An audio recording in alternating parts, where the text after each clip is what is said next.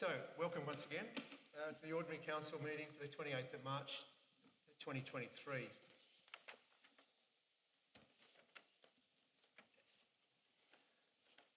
I'll just go straight through the agenda as we see it.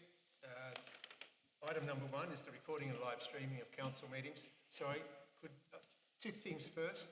If people wish to use the toilets, they are straight down there on the left-hand side. And would you please turn any mobile devices off? Thank you. I think I reminded myself. Right, item number 1, the recording and live streaming of council meetings. The CEO will read the following statement. All council meetings are filmed with both video and audio being recorded. Video is focused on a specific area, however audio from the entire room is captured. In common with all narrative during council meetings, verbal responses to congratulations, obituaries and question time will not be recorded in the written minutes. By submitting a question, you consent to your question being read aloud at the meeting. The reasoning behind recording council meetings is to hold us more accountable and to improve the transparency of council's decision making to our community. The full meeting is being recorded on council's YouTube channel, which is Alpine Shire Council, and it will be available on the YouTube channel after this meeting. Thank you. Would you all rise, please? Alpine Shire Council acknowledges the traditional owners of the land on which we are meeting today. Council also acknowledges all of the traditional owners of the wider lands of the area known as the Alpine Shire. We also acknowledge those people who have contributed to the rich fabric of our community and strive to make wise decisions that will improve the quality of life for all. Thank you. Item 3, confirmation of minutes from the Ordinary Council meeting 28th of February 2023. Could I have a mover and a seconder, please? I move. Thank you. Councillor Giannis, Councillor Prime, any comments? None. Any detractors? Thank you.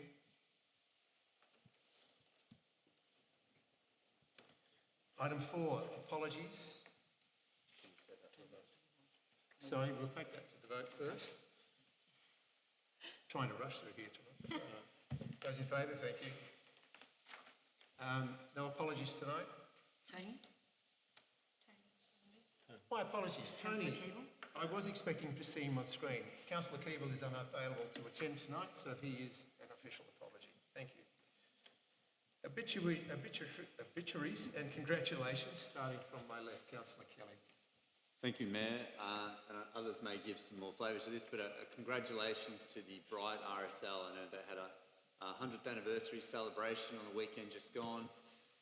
I was very much looking forward to that event and was a late apology, but a terrific milestone for an organisation that provides a lot of support to members in the community, and it was also, contributed a lot to the fabric of our community as well. So to Phil and Faye and those who organised that event, congratulations and thank you for your contribution.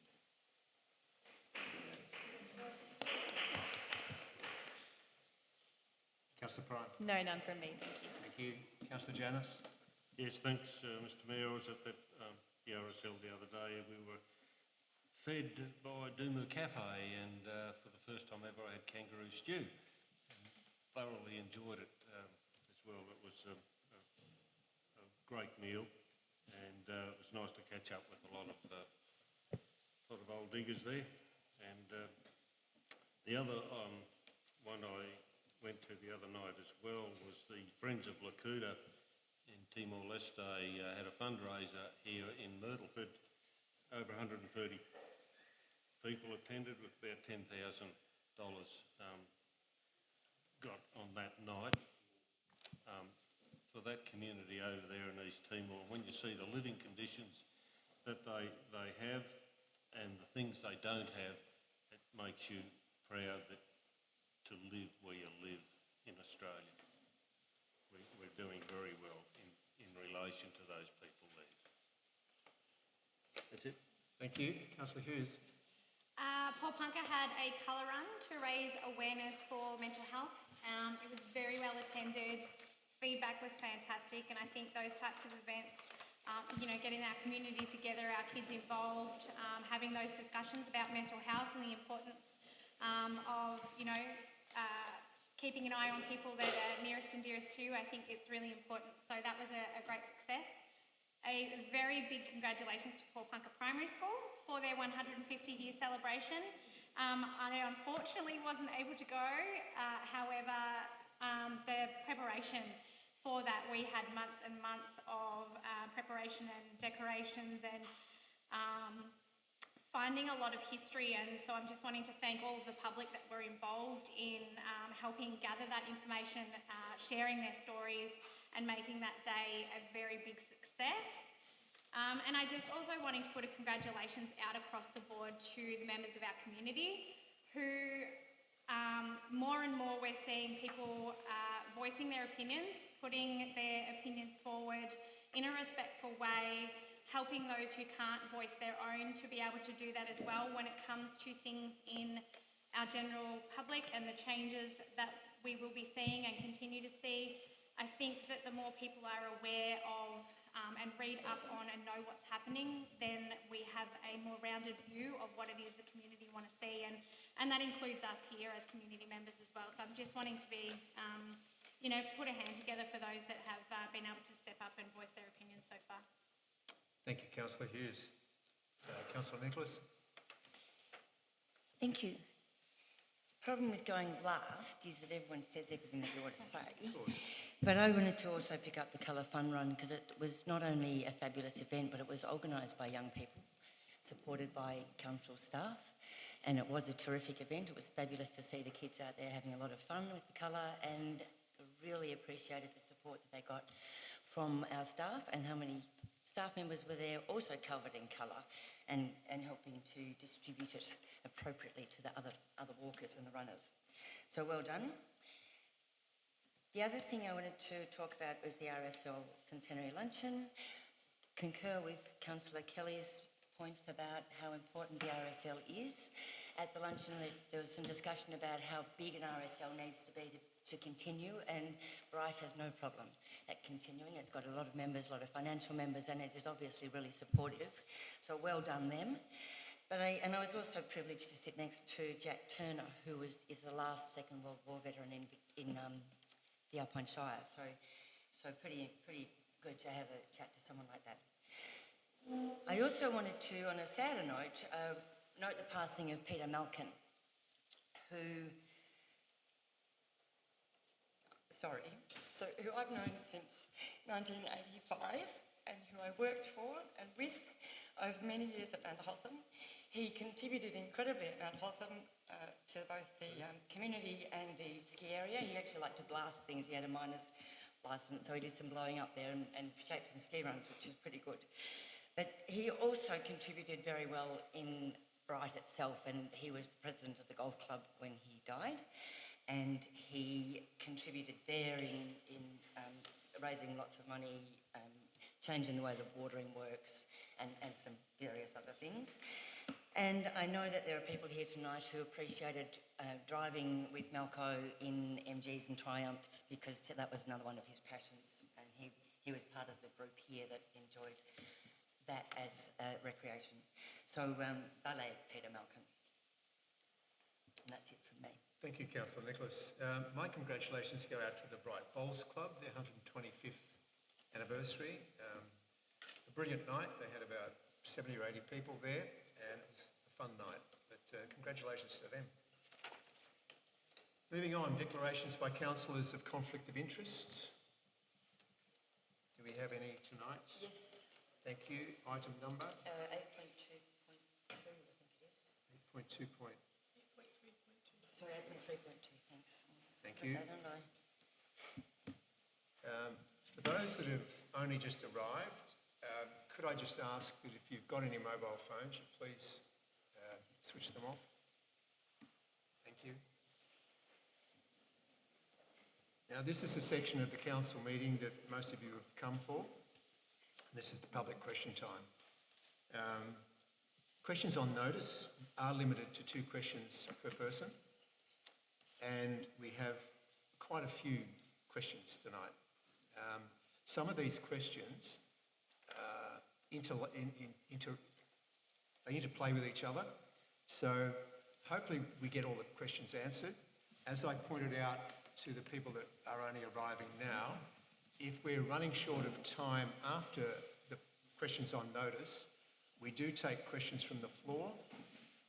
Tonight, depending on time, it may be that I'll restrict you to one question. So if there is a question from the floor tonight, please think seriously about what you would like to ask. Thank you. Going through to questions on public questions on notice. And we've had to juggle these a little bit because there are some coming from different areas. The first question on notice is from David Chebner regarding Ashwood Avenue. And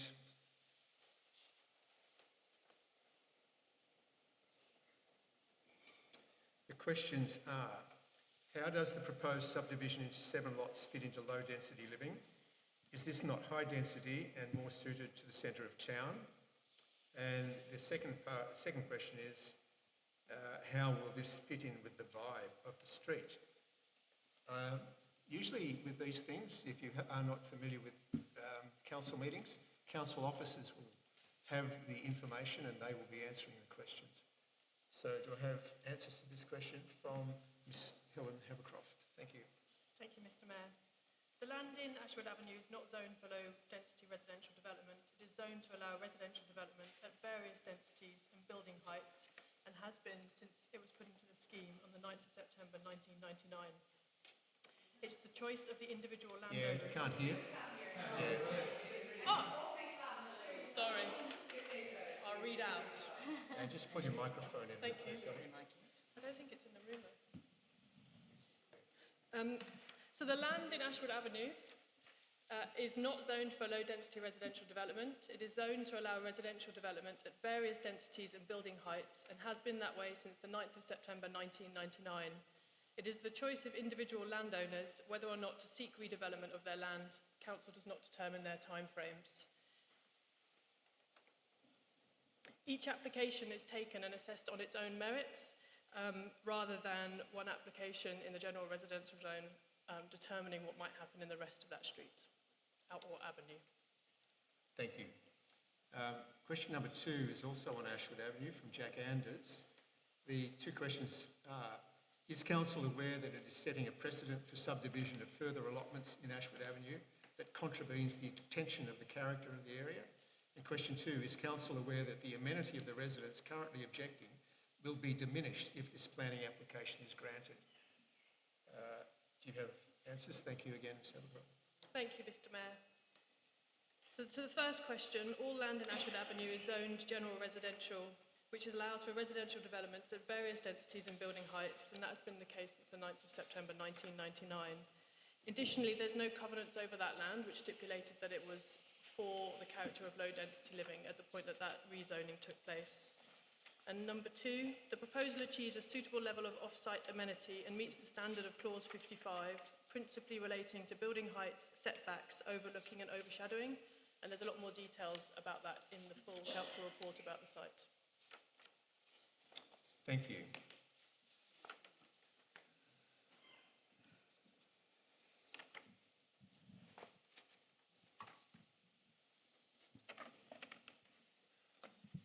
Before I start on the tree issue and the development issue, actually no, they're all probably related. All right, so question 3 is from Leanne Boyd. Has an environmental audit overlay been put on the Bright Valley development due to potential contamination?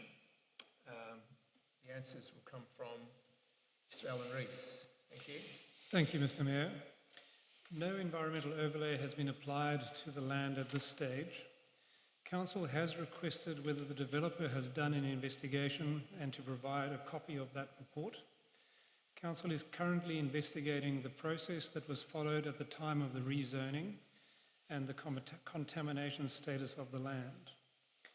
Pending the outcome of these steps, Council may engage the services of an expert to conduct a preliminary investigation of the potential for contamination of the land based on this. Council will be able to determine whether they can support the current application for subdivision in its current form, or whether work is required to remediate the land prior to the development of housing. Council will undertake the appropriate action required based on the outcomes of this work. Thank you.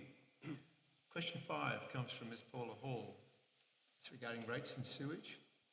are our rates going to go up to accommodate from 350 to just under 1,000 homes for this development on the Great Alpine Road, re the sewerage upgrade that will have to take place? It's the CEO, Mr. Will Jeremy. Thank you. Thank you, Mr. Mayor, and thank you, Paula, for your question. So the first point is just a clarification. So that estimate of up to 1,000 homes, so that I think is, Paula, is your estimate of what the potential yield of this site is. It's not figures that council or the developer have shared.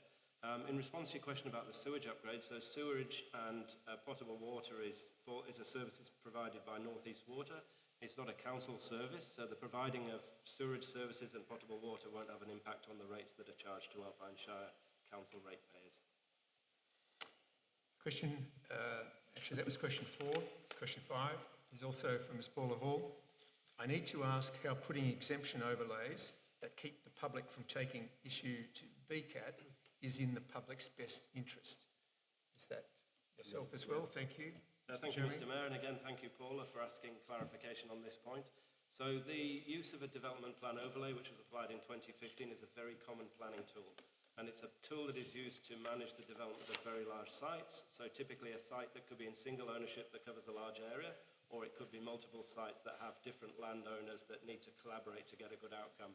So it's a very common planning tool. It's used in planning schemes across Victoria. Our adjacent neighbours in the Indigo Shire, in Wodonga, you'll see if you look in their planning scheme, there are lots of development plan overlays. So there is nothing unusual about the process that council has followed to plan the development of this very large site. And that process is, back in 2015, the development plan overlay. Subsequent to that, the approval of a development plan, which then ultimately results in the exemptions. So we're following a process which is well established in planning law in Victoria, and it's very commonly used. Question 6 is from Leanne Boyd, and I'd just like to publicly thank Leanne for starting this conversation when she did.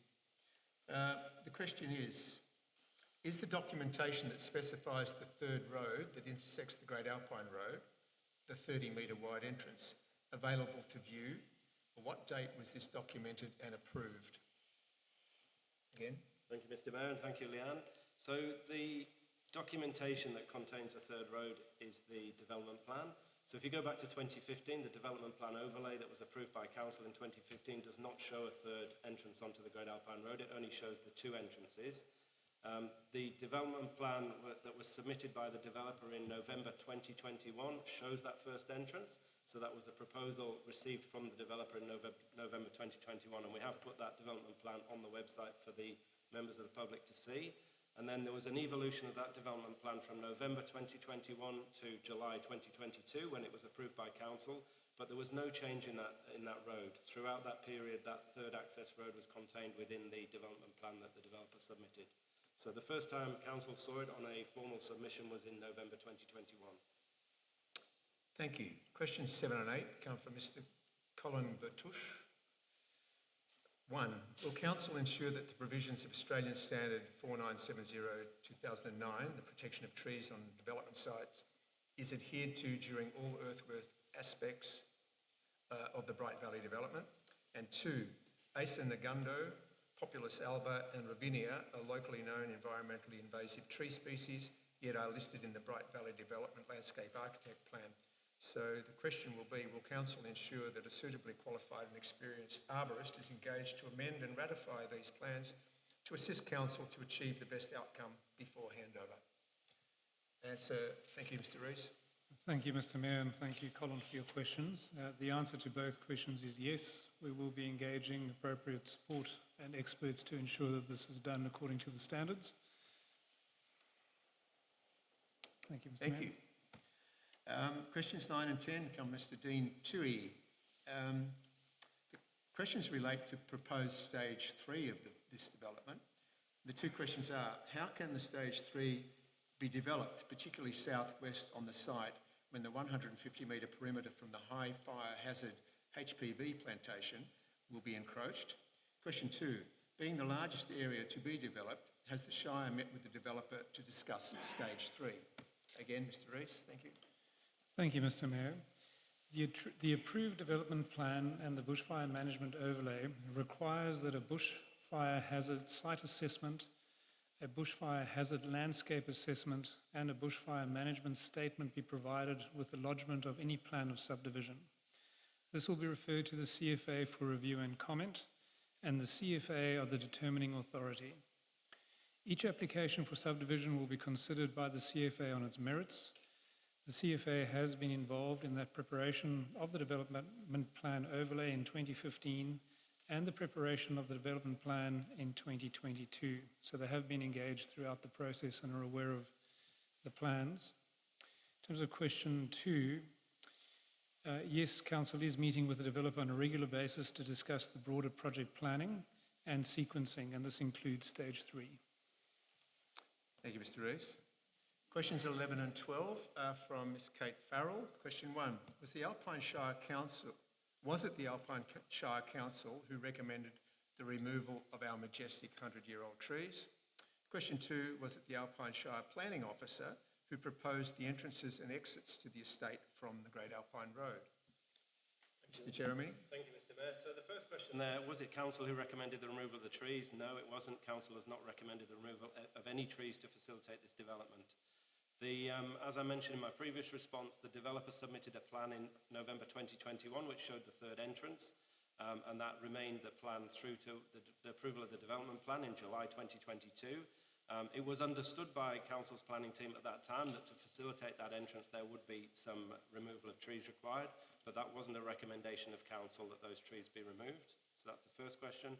And then the second question, was it the Alpine Shire Planning Officer who proposed the entrances and exits to the estate from the Great Alpine Road? So what we understand at this point is that the development plan that was submitted in November 21, so that was V01, version 01 of the development plan, that was put to Council by the developer, and that showed those three entrances as currently exist on the plan at the moment. What we don't know, because the officer has subsequently left Council, is how much conversation and what were the discussions that led up to the submission of that first development plan by the developer at that point. So we don't have evidence of whether conversations happened between Council's then planning officer and the developer, which led ultimately to the developer submitting that as a proposal. Thank you. Questions 13 and 14 are from Kath Healy.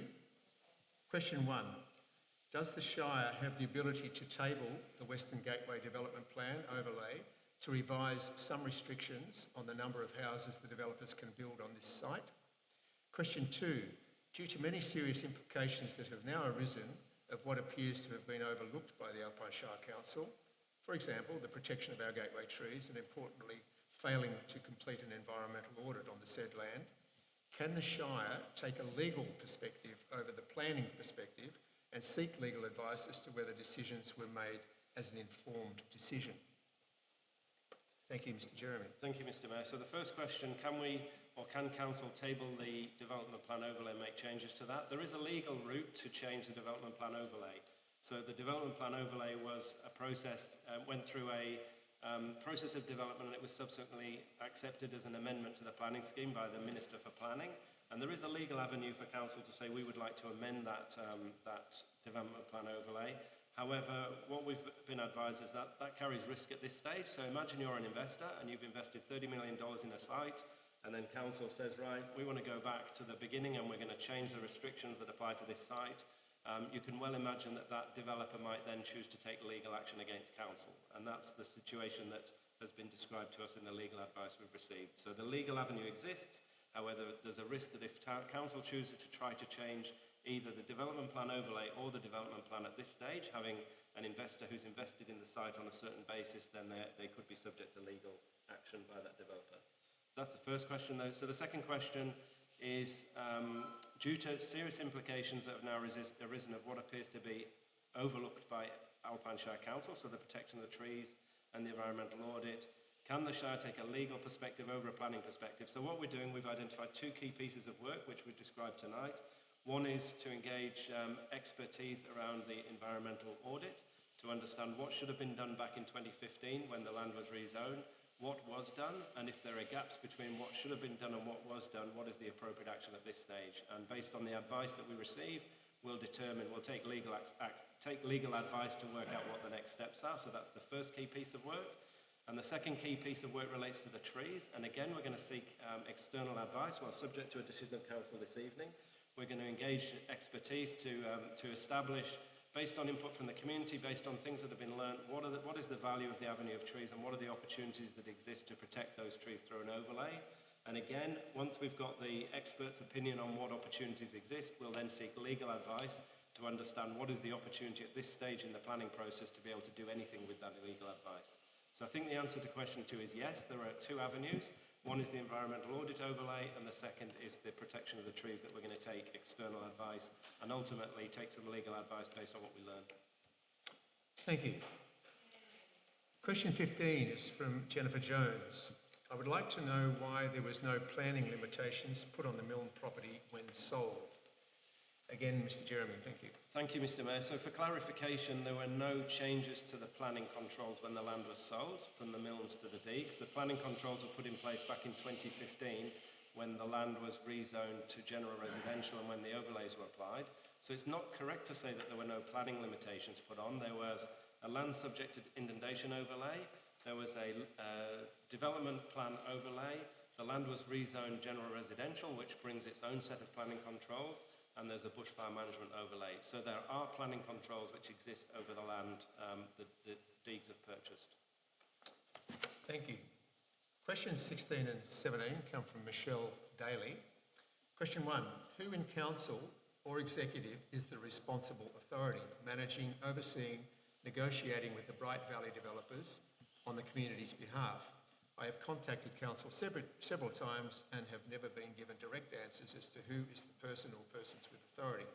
Question 2, what action is council planning to take in response to the hundreds of signatures by petition submitted to them regarding saving Great Appone trees? We'll address the second question in the first item of our general meeting business, which is in relation to the petition. So question 1. Who is answering that? Thank you, Mr. Mayor. So I have to apologise to Michelle if she's tried to contact council and hasn't been able to get an answer. So I have checked our customer records management system and I cannot see in there the contact that Michelle's had where she's sought advice on who's responsible.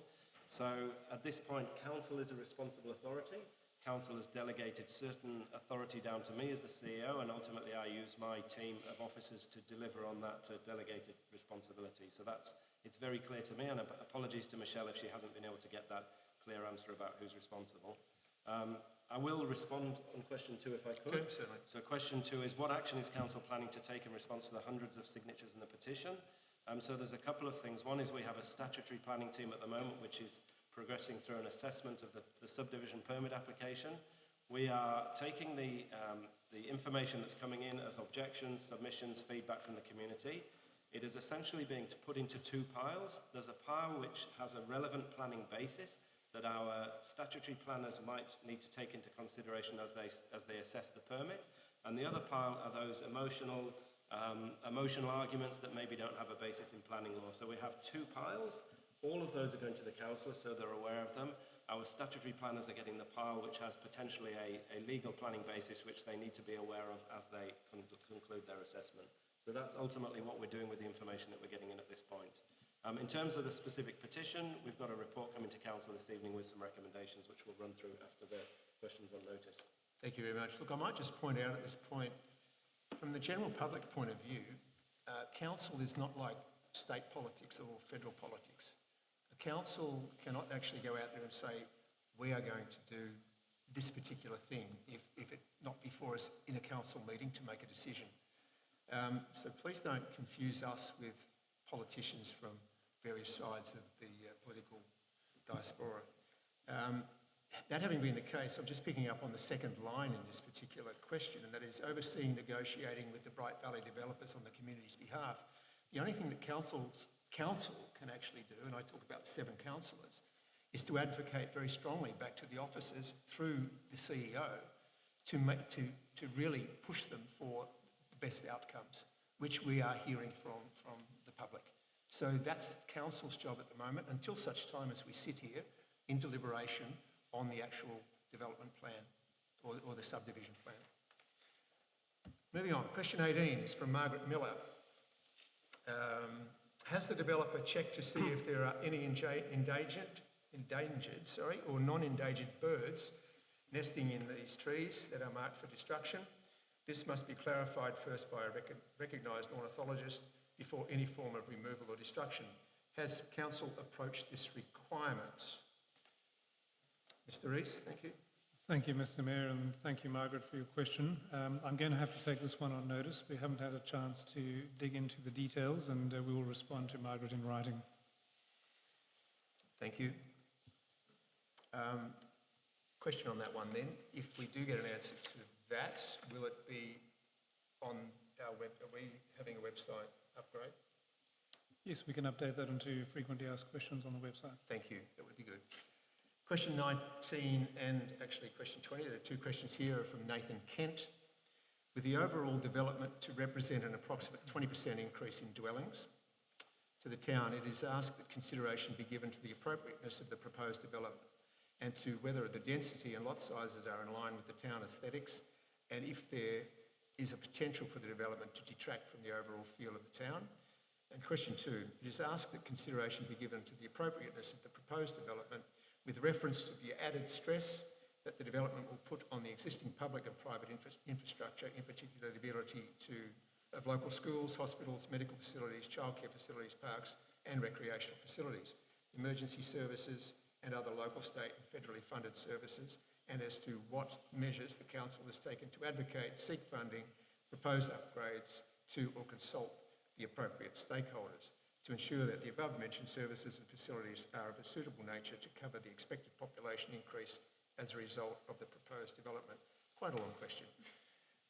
Mr. Rees, thank you. Thank you, Mr. Mayor. So the answer to the first question is that this assessment was made at the time when the development plan was approved in 2022 with a range of 283 to 386 dwellings over the site. As each plan of subdivision is received, assessment will be made as to whether the mix of lot sizes is appropriate.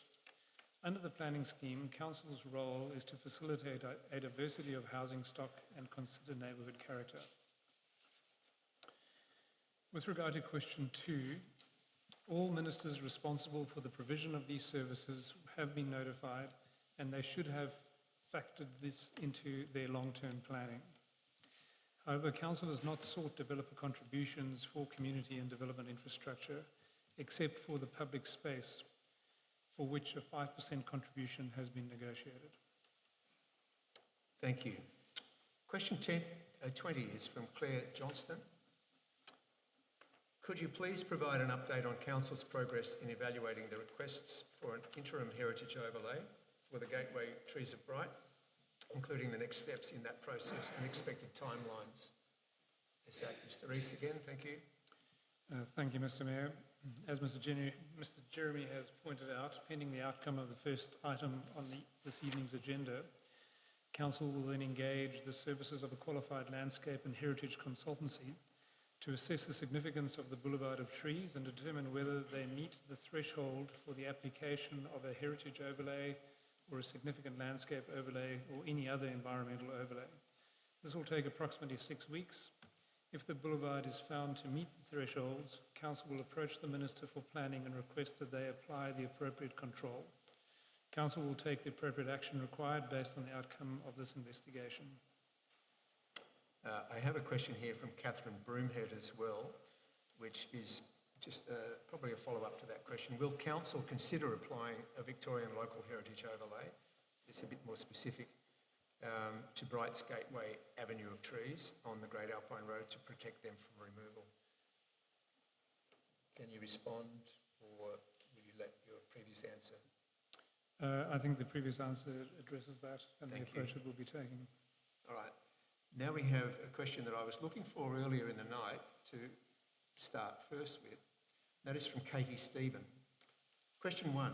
Can council confirm that the proposed development in Paul Punker does not presently and or will never have the same overlay with similar same exemptions which legally restrict community input throughout the development process as per the Bright Valley development? And question 2, can state government requirements, regulations ultimately overrule community shire requirements, concerns and needs? Mr. Jeremy? Thank you, Mr. Mayor. So in response to the first question, I don't think Katie's going to like this answer, but The tool which has been used for the Bright Valley development is an entirely appropriate planning tool for a large development, and it's very likely that if a large parcel of land in Porepunkah was moved forward through the development process, that exactly the same process would apply to that land. So what this flags, though, I think, is the importance of the engagement with the community ahead of that process rolling to the point where those amendments are made to the planning scheme. And I think it's worth noting to the community at the moment that we're in the process of engaging, or we have been engaging around a land development strategy for the Alpine Shire, and that's the land that Katie Stevens is referring to in her comment. And it's really important that the community pay attention and get engaged at this point. When we put surveys out and when we encourage people to attend panels and get involved, this is it. This is the point where you start to have input in and you can influence the outcome for the future of the Shire. By the time we get down to this stage where we're getting subdivision permits on these large developments, the opportunity's largely moved on. And that's where you see these exemptions. The exemptions exist to give a developer a relatively smooth way through the planning process at the end of the development to start building houses. It's really early on, land development strategy, and when these amendments are put through the planning scheme, that we need to be engaging the community and getting your input to ensure that the outcomes are driven from that point for the benefit of the Shire. So that's the first question. And the second one's also interesting. Can the state government requirements ultimately overrule the community? And yes, the answer is yes. Alpine Shire Council and local government is subservient to the state government. So the state government sets the planning law, and Alpine Shire Council has to deliver on that planning law. So there's probably two key things to note here. The state government has a requirement for council to plan for growth for the future. So council is legislated to plan for 15 years of growth into the future based on current forecast. And that's what's driving the land development strategy that we're doing. We're looking for where is the demand in the Alpine Shire, where are the opportunities to rezone land that can provide the housing for the future. That is a process that is driven by that state government requirement to plan for growth. There is a conflicting requirement that the state government have, which is to protect prime agricultural land, and we're in discussion with the state at the moment about how those two play against each other. So on the one hand, we're being told protect agricultural land, on the other hand, we're being told by the state that you have to plan for the future and future growth. So that's a discussion. But really, I can't stress enough how important it is to get engaged in the process at this point. This is now for the future of the Shire, where we're talking about where this future rezoning is going to occur. This is where the opportunity to put overlays on, to protect the character of the land, to preserve the environment, to preserve trees, to put restrictions on the type of housing. It's at the rezoning stage when that opportunity exists, not at the subdivision permit stage, which is where we're at with the Bright Valley development. Just a really quick question as a follow-up. Do you have a figure as to how many houses we potentially need? Could you just get a glass of water? Would you like a glass of water? Is you right? Okay. Have you got a figure as to how many potential houses we may need in the next 15 years? So I've got figures here for the Bright Porepunkah area, which is based on a growth forecast to 2041, so it's 20 years of supply. So the forecast is that we need approximately 1,250 houses in Bright and Porepunkah through to 2041. And what we've got at the moment is 738 houses, and that includes the Deeg development. So there's a shortfall of about 500 houses for us to meet the state government's requirement to plan for growth. So that's where you see the land development strategy is looking at where are the potential areas where we can accommodate this shortfall of housing that the state government is asking us to provision for before 2041. So about 500 houses short at the moment based on land that's available. And that takes into account large developments like the Deeg development. It also takes into account infill development, so where we're in the centre of a town and we're densifying, subdividing land as it exists under the current zoning. So yeah, there's a shortfall, which is why we're doing a piece of work on land development strategy to look at what the future could look like. Thank you, Mr. Jeremy. The time is now 5:40.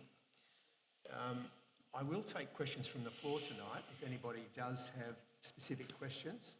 So if anybody has got a question, I'd like you to come up to the microphone there. You can state your name and where you're from and direct your question to us. Certainly, come forward, please. Thank you. My question is... Sorry, just state your name, please. Sorry. Thanks, Stephen. Thank you. My question is for Will, who's saying that the reason why we've got all these rules and regulations and overlays, and I know nothing about all this, this is all really, really new for me, but why is it that developers need to have a smooth process for their development And we, as the community, do not have a smooth process to be able to do anything about it and to be able to have a voice. You know, that is my question. That's your question. really. Thank you. Thank you, Kate. Thank you, that's a great question. So I will give my understanding is, if you imagine at this point in time, you're an investor and you're looking for a piece of land to develop, a large piece of land, and this is a significant investment, $30 million plus the money to develop it. And you look at a parcel of land like this one, let's imagine at this point that the community was allowed the opportunity to appeal this at VCAT, and everyone who had an objection had a right to be party to that. This development could drag on for many, many, many years. So ultimately, the process that exists through the state planning law is to facilitate development, to build houses, and to allow the later stages to proceed smoothly. And it's on the understanding that the engagement is done effectively up front to allow the community to have their opportunity when the development plan overlay is put in place, when the development plan is approved. So that by the time you get to this stage, ultimately it's not a tick box exercise, but ultimately it's a statutory planner looking at what has been submitted and is it in accordance with what was agreed previously. That's my understanding of ultimately how we get to this point. So you could imagine a world where this process didn't exist. At this point now, we'd be seeing a developer, he would be having hundreds of objections to deal with, we'd be having planning panels, we'd be having appeals to VCAT, and every one of those would be putting a block in the way of the developer actually building houses, which is ultimately the objective of council rezoning land is to deliver housing for the Alpine Shire. So that's you know, the uncomfortable truth is it's there to facilitate the developer. That's what the exemptions exist for. Does anybody else have a question? Yeah, certainly come forward. Jad. Just a clarification on something you said earlier. You said that the council is responsible for housing stock. Does that mean, is that a bed count type housing, or is it a variety of housing? You say you're responsible for housing stock. Can you clarify that? In terms of, are we just looking at units, or are we just looking at houses, and so forth? Is there a mix in that, or is it just a tunnel vision that we need so many beds? Thank you for your question. So there are two components to this. As Mr. Jeremy pointed out, council is obligated under legislation to provide a forecast of housing supply or land supply and housing to meet future growth. And under the overall planning scheme, we are then looking at what is the mix of lot sizes and development density that best serve to meet that requirement. So it's linked to the state legislative requirement. Does the council have a formula now to say so many units, so many houses, so much area of land? Is there a formula existing that says we want so much space here, these houses should have larger space, these should be smaller spaces? Do you understand the question? Perhaps I can respond to that with a recommendation that anyone tonight who is interested in that detail gets hold of the Land Development Strategy Report. So council at this stage makes a number of assumptions to allow it to model what the growth looks like to meet the state requirement. It makes assumptions on population growth over that period. We've got a high growth scenario, a medium and a low growth, and we've got to pick which one we think is most likely to eventuate. It's a guess at the end of the day, but we use the data that we've got to guess how much our population is going to grow, and then ultimately determine, like Alan said, what is the appropriate rezoning? How much of it is low density residential? How much of it is general residential? In order to give the best opportunity to provide a blend of housing to meet that demand. There's a lot of guesswork involved because we're forecasting 20, 30, 40 years out into the future, but ultimately we've got a report which we've shared with the public called the Land Development Strategy. It's been out for public consultation, it's on our website, and it'll give you the next level of information about what are the assumptions that have led to the land that is currently being considered or earmarked for potential rezoning into the future. Does that answer your question? Semi? Yes, I understand this guesswork. Yeah. Strategy to say, well, it's not just getting any housing, Yeah. we need a variety of housing. Yeah. Thank you. Housing styles. Right. Yeah, it's understood we need a blend of housing. Yeah. Paula, you have a question? There's a lady behind you first that had her hand up, if she would like to. Yep.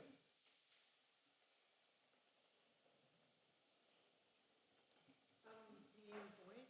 Well, thanks, Yeah. Leanne. Thank you.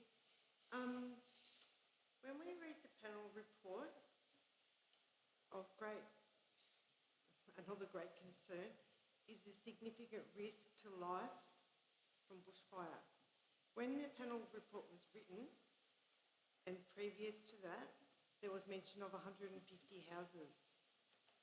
So as we squish more and more density into that area, does that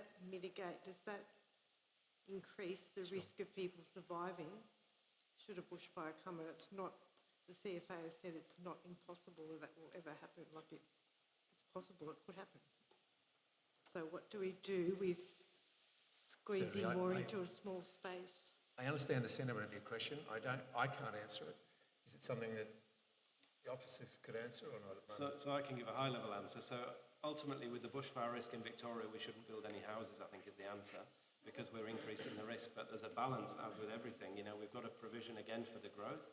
So that parcel of land has a bushfire management overlay, as does the majority of the Alpine Shire, and ultimately the planners who are going to assess the subdivision permits have to assess what's been proposed by the developer against the requirements of that bushfire management overlay. And it triggers a whole number of reports, as Alan referenced in his response to one of the earlier questions, and ultimately there's referrals that go out to the CFA as well. So there's quite a complex process, but ultimately, in my view, we wouldn't build in high bushfire risk areas. You know, you go and build somewhere else where that risk doesn't exist. So it's about finding that balance. Thanks, Leanne. Thank you. Paula, did you have a question? Port Punka. I would like to just go on to Katie's question, if I could, and see if I could nail you guys down to helping us to get you guys to go ahead and drop that flippant exemptions that they get and be more specific. In other words, instead of giving it just because it's been done, and this is the way we get it from the state, can we just take control ourselves and make that change with our shire and our rules, exemptions, instead of just following along? Perhaps I could answer that. So these exemptions that exist are in the planning scheme. They've been there since the current version, which was in September 1999. The current planning scheme was put in place. It specifically lists those exemptions. My understanding, they're in every planning scheme across Victoria. So it's a state government policy. So what you're suggesting is, could council unilaterally say we're not going to apply those exemptions in this case? And the answer to that is, council has to make a decision, and they have to make a robust decision based on planning law, and that ultimately could be challenged by the developer at VCAT. And one reason the developer might choose to challenge council's decision at VCAT is if they believe that council hasn't made a decision in line with the appropriate planning law. So if council starts allowing objections and taking into consideration pieces of information which don't have a relevant planning basis, then ultimately the decision that council takes could be challenged by the developer. It could be overturned, and ultimately the developer gets their way through VCAT. So I understand what you're asking. Can we just ignore the exemptions and just allow the process to flow as it would with a normal subdivision application? And I think the legal advice is that's not recommended, because ultimately any decision that council made by doing that could be challenged by the developer and ultimately overturned. We're not able to challenge it as a community, and that is acceptable, but it's not acceptable for the developer. And that's just why I'm saying is I've gotten a lot more invested in this community than someone who's just coming in just because it's money. Yeah. I have much more invested in So Thanks, Paul, Paula. you have an opportunity to provide input into this process. Transparent opportunity. You can see any documents you want. We've shared pretty much everything. We're redacting some information, but anything you want to see, you can have a look at. You can provide any input you want into the process. If it has a relevant basis in planning that could potentially have an impact on the decision that's made by council, we will take that into account.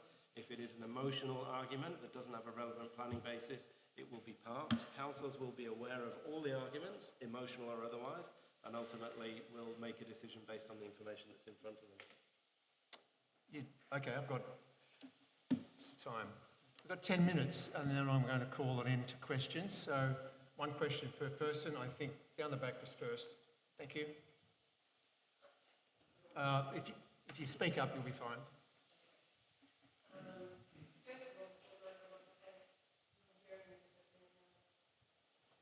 Sorry, could we just have your name, please? Sorry.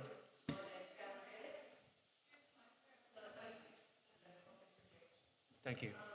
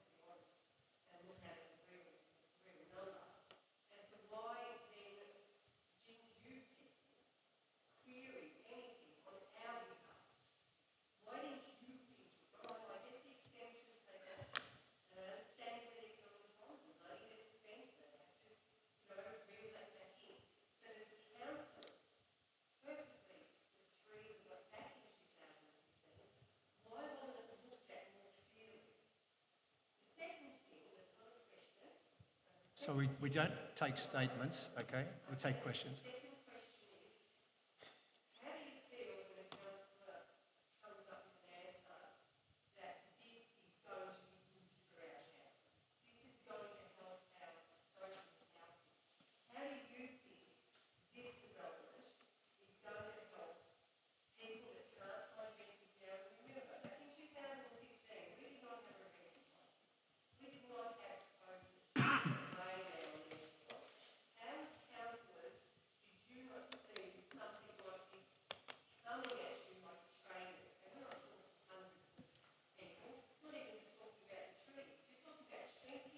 Thank you.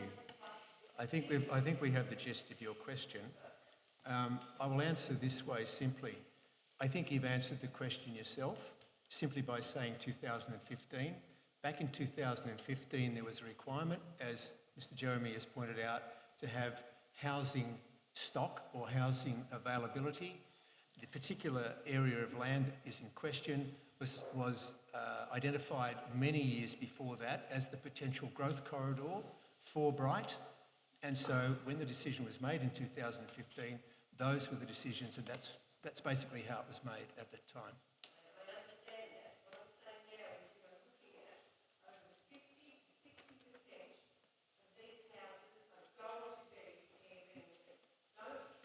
We have no control on that particular thing. I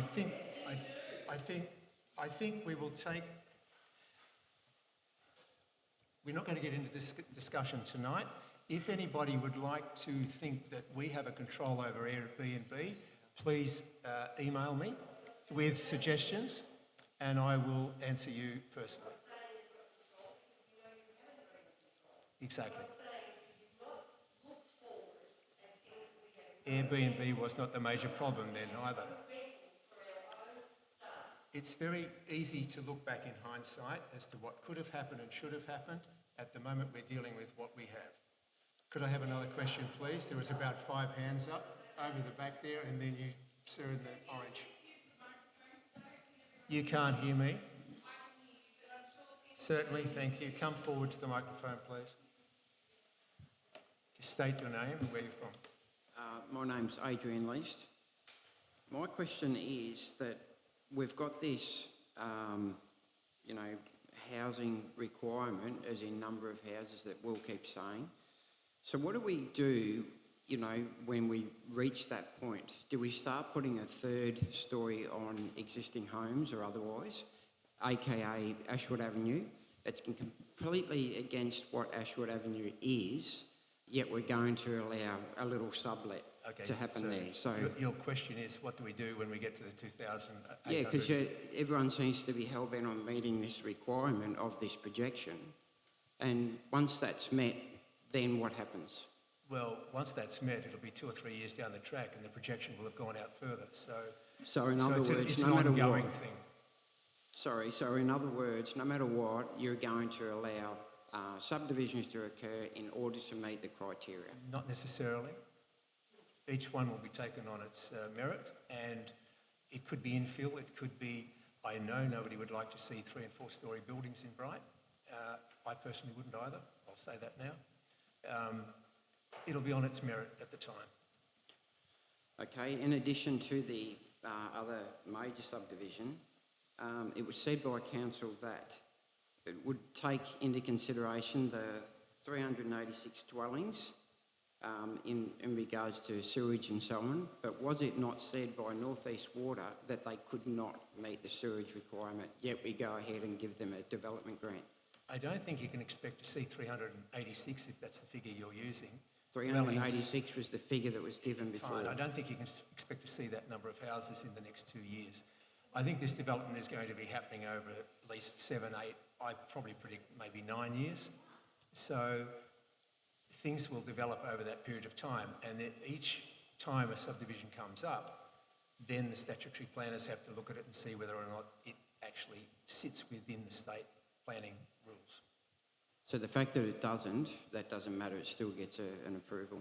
No, they don't get approval for the subdivision. They just don't get it handed to them. That's already happened. It's already proven. Northeast No, Water it has already hasn't said they happened couldn't yet. meet it. Sorry, it has not happened yet because it has not come before council. The subdivision. So the subdivision hasn't been approved. No subdivision. No subdivision's been approved. That's why we're having these conversations now. That's why I said before that council is advocating through the CEO to the officers who are dealing with the developers to make the best outcome. No subdivision has been approved as of yet. Okay, so that 400 odd homes, that hasn't been approved yet. You keep increasing the number.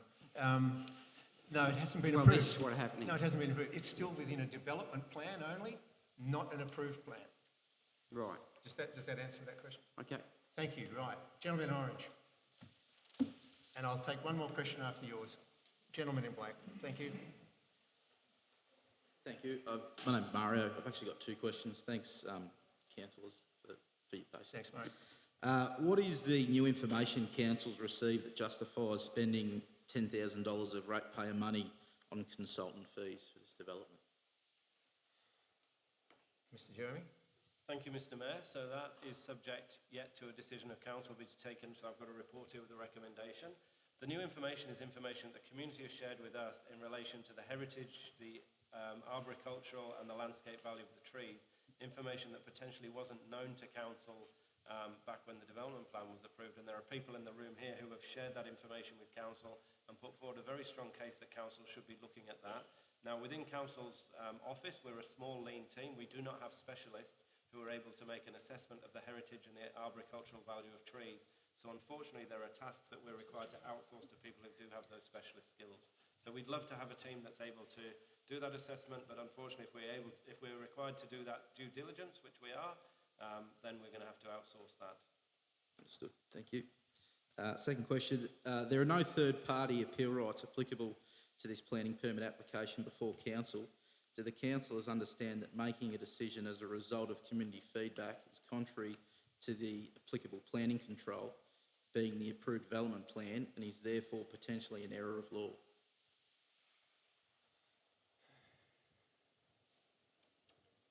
Can I take that one on notice? The error of law?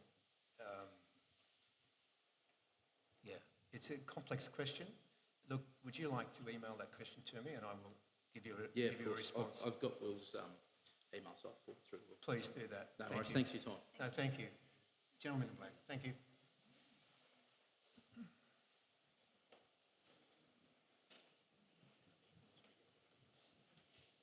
Thanks, councillors, for tonight. My name's Pedro, I'm from Star Road. I've just got two questions.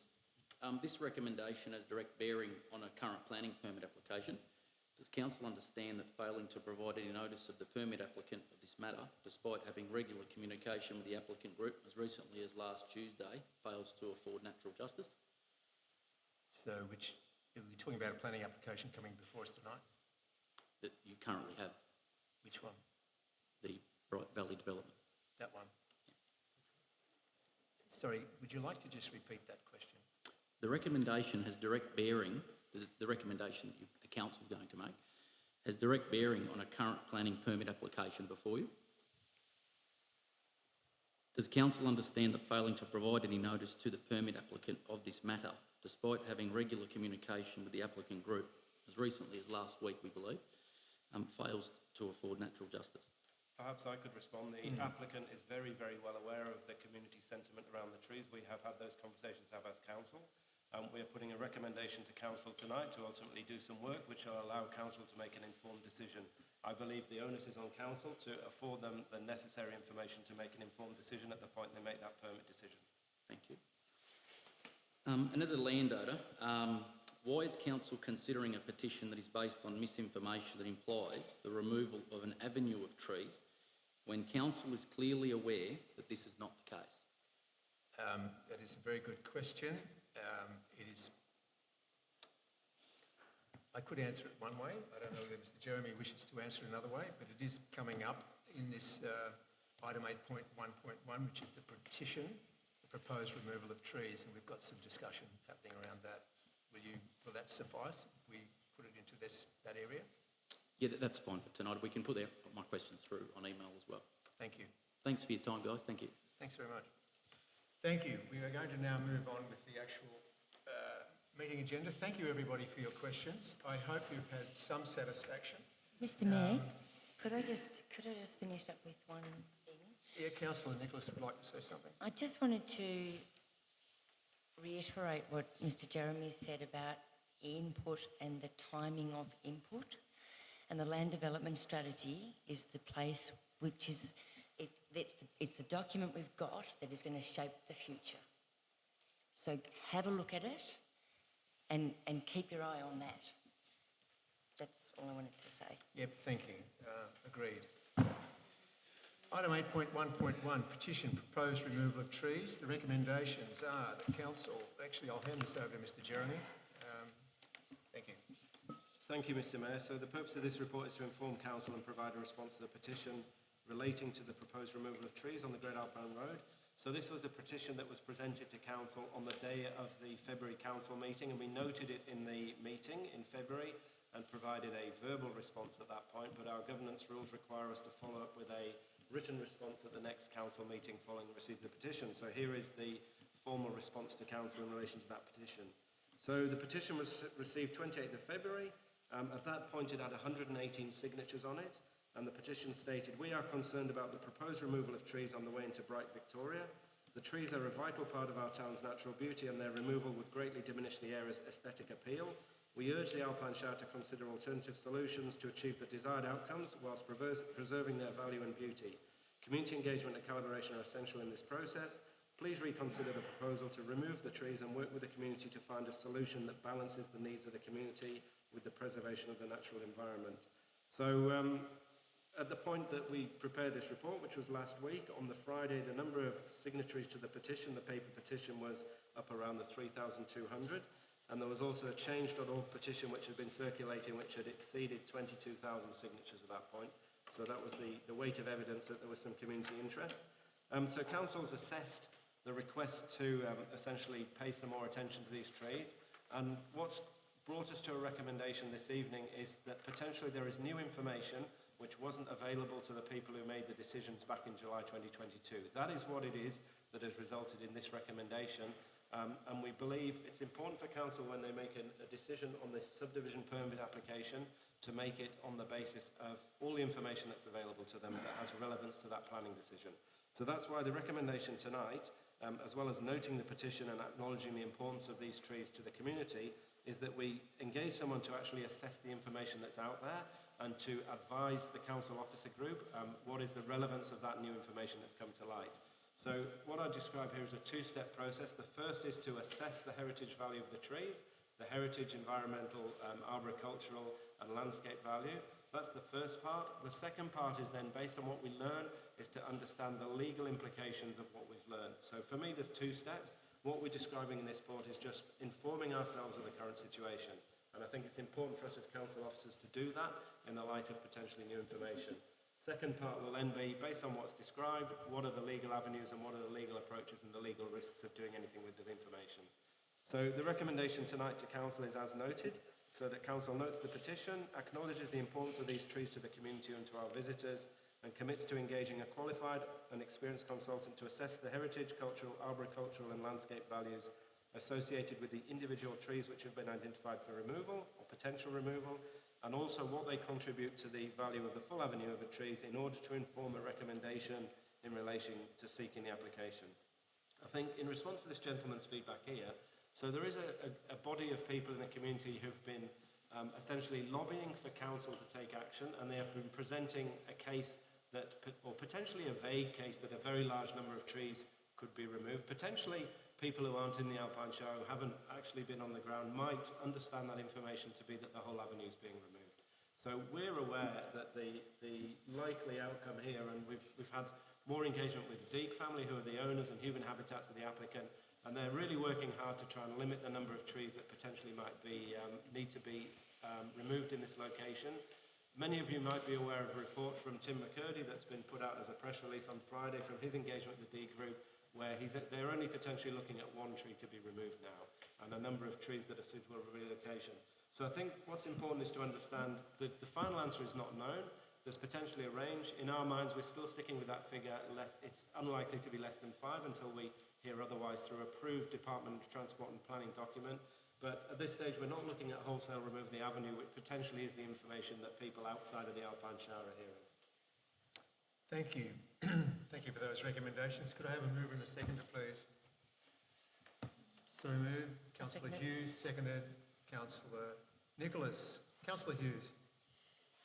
On this one, it's very clear of the community sentiment.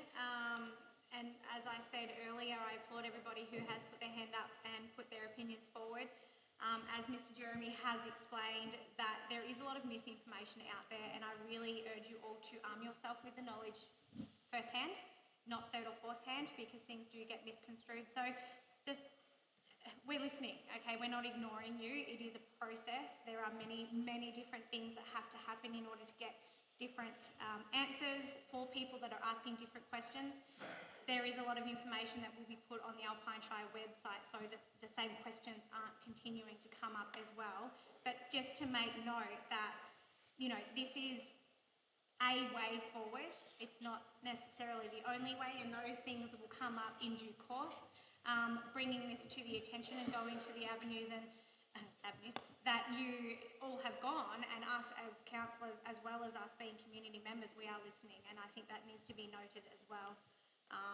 On this one, as we say, nothing happens overnight, and it does have to take its due course. Councillor Nicholas. I'd like to, again, same as Councillor Hughes, thank the people who have brought this matter to the fore and who have provided information that we didn't otherwise have, and also thank the responses of our executive team to look for a way in which we can qualify and quantify the information that we've now been shown. So I look forward to seeing the outcome from this, but I also just wanted to point out that this is not a matter that we can bring into the planning process, the statutory planning process that we've already talked about. So yes, we're listening, and we recognise how important it is to people, and we can negotiate, and we can try and get the best outcome we possibly can within the constraints that we've got. And this is part of how we get there. So I appreciate the time and effort that everyone have put in. Thanks, Councillor Nicholas. Any other councillors who have comments? No? Councillor Hughes, any further? Nothing further. Thank you. Can I put this to the vote? These recommendations be carried. All those in favour? Thank you. That's unanimous. Just on that one too, I'll just make a comment that of all of the questions that were on notice tonight, they will be probably condensed so that any frequently asked questions, the answers that you've heard tonight will actually be available on the Alpine Shire website, so you can go back and have a look at that.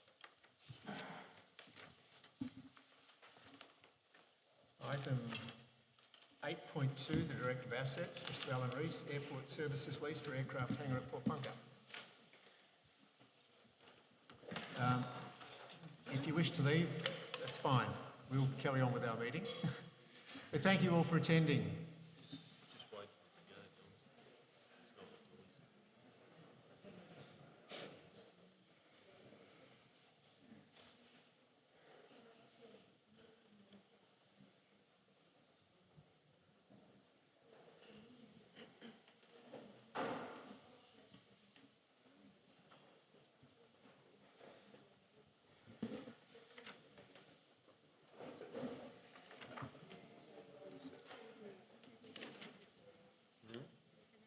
Thank you. Let's continue.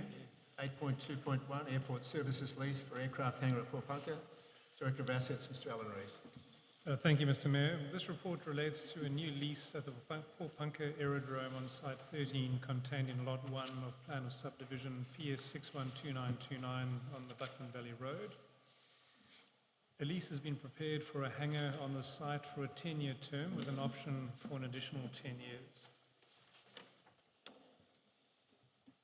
In September 2018, and in accordance with Section 190 of the Local Government Act, Council posted public notices notifying of the proposed future leases at the airfield and invited submissions at that time. No submissions were received. The intent and terms of these leases have not changed except for the Consumer Price Index adjustments on an annual basis to the rent. In terms of policy applications, the recommendations are in accordance with the following strategic objective: assets for our current and future needs.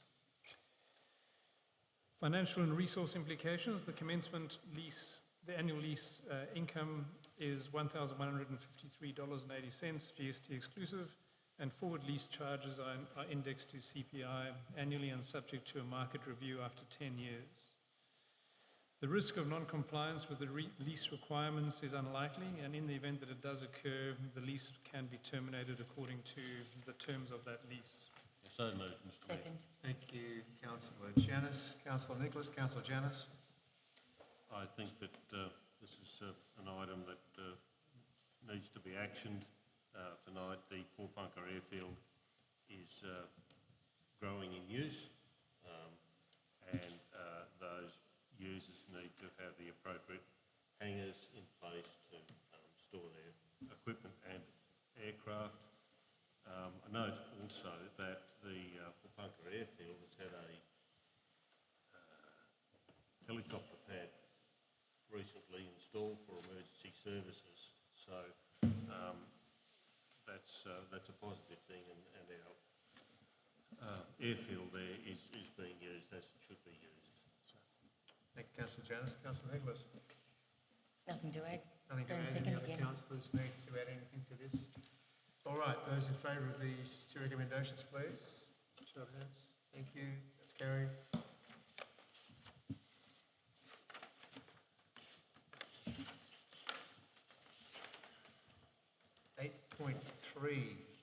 Director of Customer and... No, sorry, I've missed 8.2.2. one. I have missed one.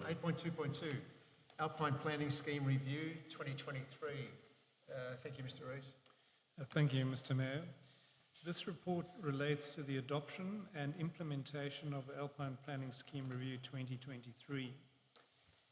I would like to acknowledge that although Just a the point report... of order, Mr. Yes, thank you, Councillor Janis. Thank you. I note that some of the information that was to be given for public viewing has come at a not within the time frame, and I think it's important that the public have an opportunity to properly read the document. So I ask that this matter be laid on the table to the next meeting to give the public time to give commentary and have the document properly considered. Is that a recommendation? It is. Can I have a seconder for that, Councillor Nicholas?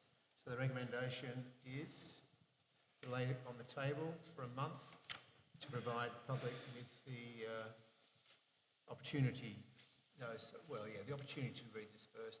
I will note within the recommendation tonight that item 3 of the recommendation, if you could just scroll down please, or up, whatever. Seeks authorisation for the Minister for Planning to prepare and exhibit a planning scheme amendment. So in actual fact, that would only be for 28 days' notice. By laying this on the table because of this slight snafu, that means that the public will now get roughly 60 days to look at this. So I have a mover and a seconder for this alternative recommendation. Could I have a show of hands, please? Thank you. That has been carried. So item 8.2.2 will come up again in April.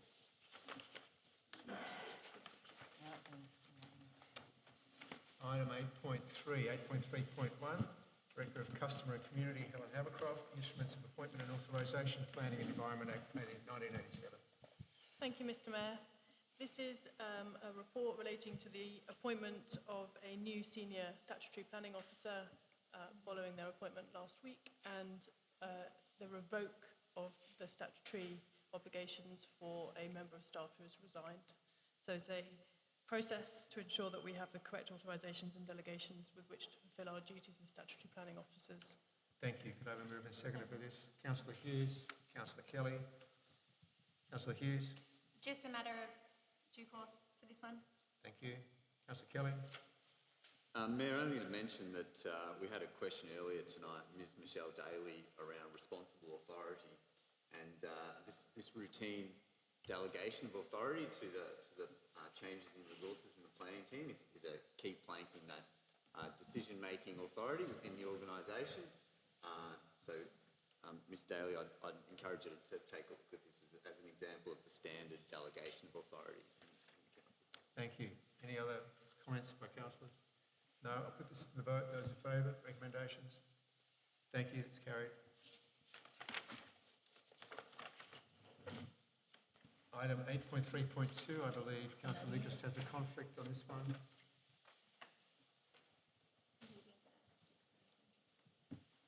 Councillor Nicholas is leaving the room at 6:17.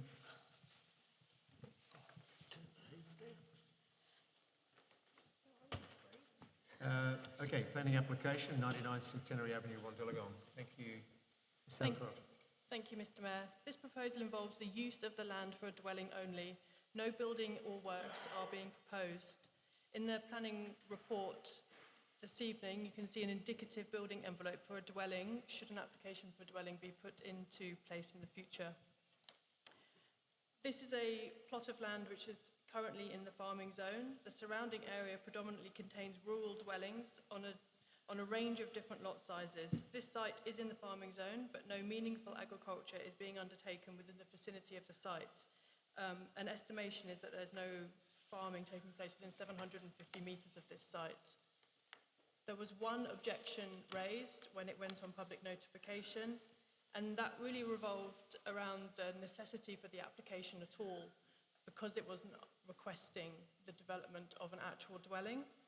So the validity of the application, and our officer notes, it may seem like a pointless application because it doesn't allow any buildings to be constructed, but it gives the owner some certainty that a dwelling could be built into the future. We're aware that this plot of land may be in the process of exchanging hands, and that's probably one of the reasons why this application is being sought, to provide that clarity should the recommendation be followed this evening. So the recommendation for you this evening is to issue a notice of decision to grant a planning permit for the use of the land for a dwelling in accordance with the conditions outlined in the appendix to the report. Thank you, Ms. Hapcroft. Could I have a mover and seconder, please? Councillor Kelly and Councillor Prime. Councillor Kelly. Thank you, Mayor. Farming zone, Wandillagong, I think the office report here is pretty straightforward. We're dealing with a plot of land that has residential properties either side, a river at the back and the road at the front there. I did want to contrast that with the planning approval granted at the last council meeting over there in, where were we there? Was it Centenary's Lane? Yeah, 148 Centenary Avenue, where planning approval was granted to what is effectively multiple use or multiple dwellings on farming land right next to farming that is going on at the moment at that site.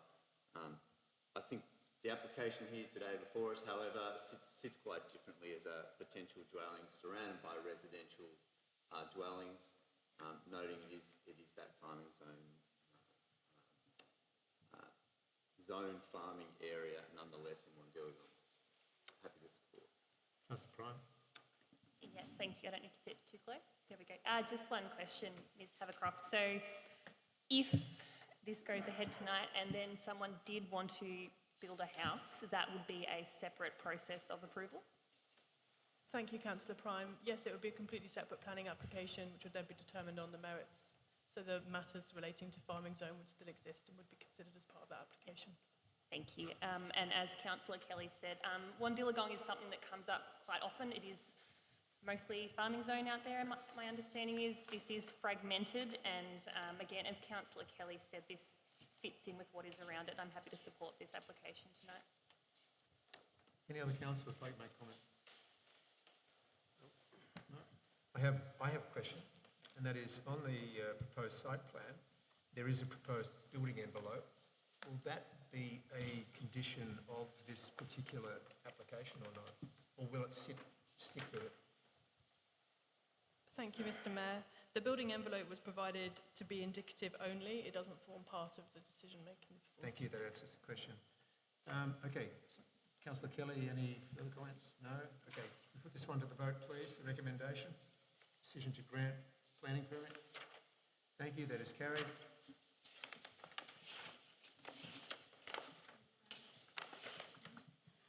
Item 8 point... Could we Oh, let sorry, Councillor Nicholas Councillor Nicholas is re-entering the room at 6:22.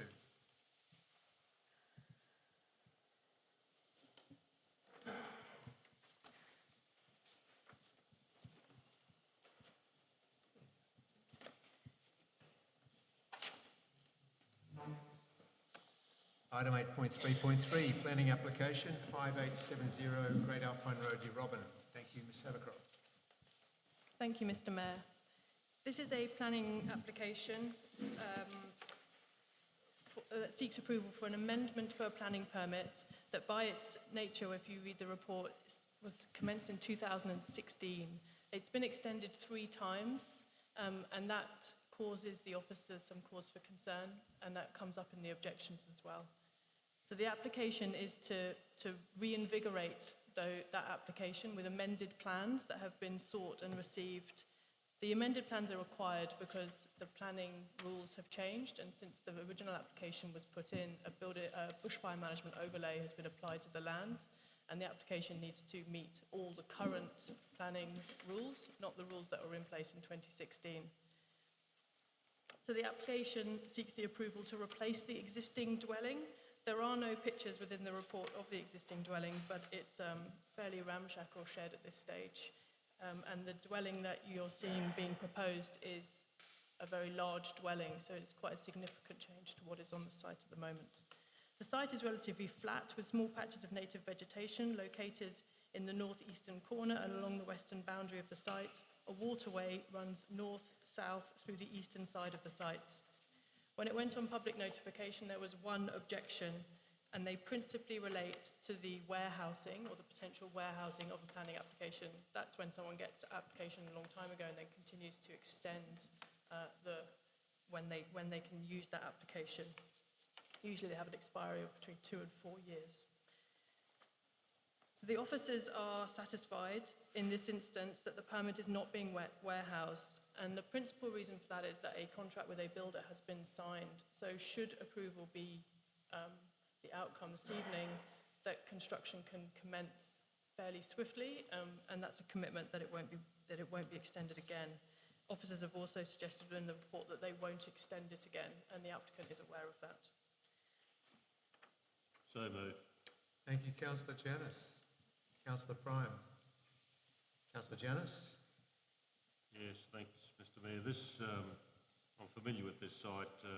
We've had a planning forum on this matter. It is a very old share house building that's just dilapidated there now, and there is shedding there that I assume will also probably be removed or part thereof. And certainly agree that this has gone on for a long time, but the applicant, or not the applicant, the owner, has given, I think, reasonable reasons for the delay, and we're keen to start, but due to COVID, etc., things were delayed. I note in the one of the things that concerned me, and when I went through the report, that there is a wet area there. It's been identified, and in the fact that of a lagoon, which is an environmental area, and we need to be extremely careful that that environmental area is maintained and not just filled in, because we're losing more and more of those areas, and wildlife, etc., fauna and flora will be affected if that's lost. But I think the every intent of doing the right thing there. And I've got no real problem with this. It's replacing something that's going to be habitable to something that's just a fire risk, really. Thank you, Councillor Janus. Councillor Prime. Thank you, Mr Mayor. Yes, I too was at this planning forum and went over some of the details, and I agree, I do believe there was some valid reasons there for this taking so long. And as Councillor Janus said, it's simply replacing a dwelling that is there currently and uninhabitable and actually doing something with it, so I'm quite okay with supporting this process. Thank you. Thank you. Other councillors, comments on this? Yep, Councillor Hughes. Just to confirm that there's processes and conditions in place for the removal of the existing dwelling once this one has been built, is that correct? Condition number 14. 30 days. 30 days. Yep. Yep, thank you. Okay, and in answer to Councillor Janus's query, condition number 27 has reference to that wetland area. Right, any other comments? No, thank you. Can I put this recommendation to the vote, please? Those in favour? Those against? Thank you, it is carried.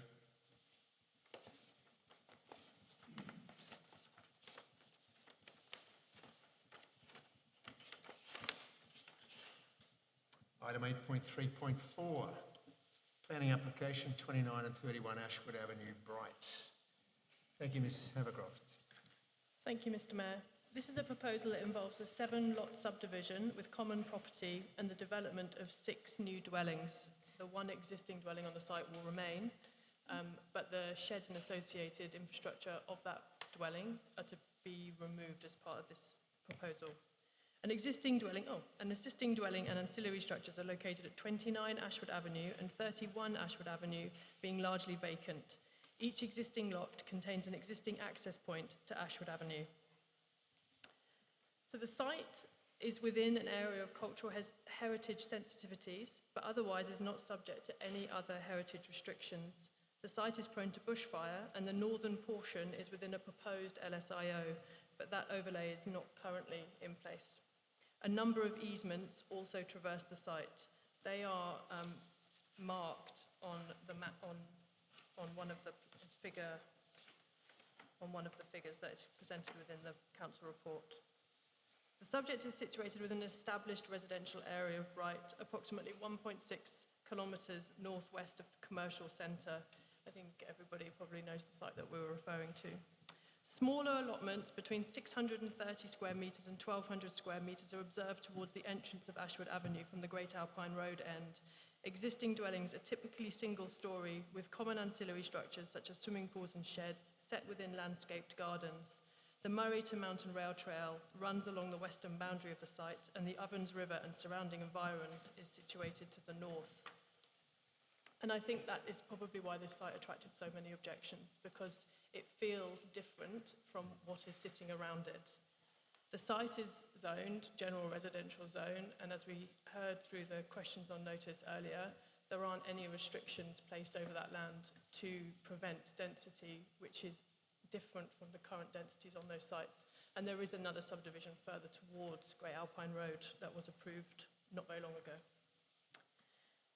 So when it went on public notification, it did attract 9 objections, and they're summarised in the council report. I don't intend to read out the officer's response to all of them, but I think it's probably worth noting what those broad areas of concern were. So there was a concern that there would be significant character impacts relating to the density. There was concerns relating to setbacks and how it would look both from the rail trail but also from the Ashwood Avenue end, being to the objector's view a very rural setting within the town boundary of Bright.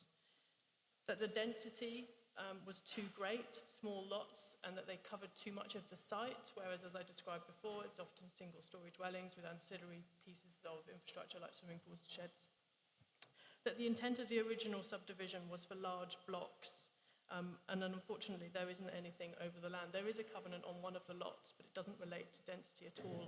It relates to the use of colour bond, which is quite a common covenant that we see in planning.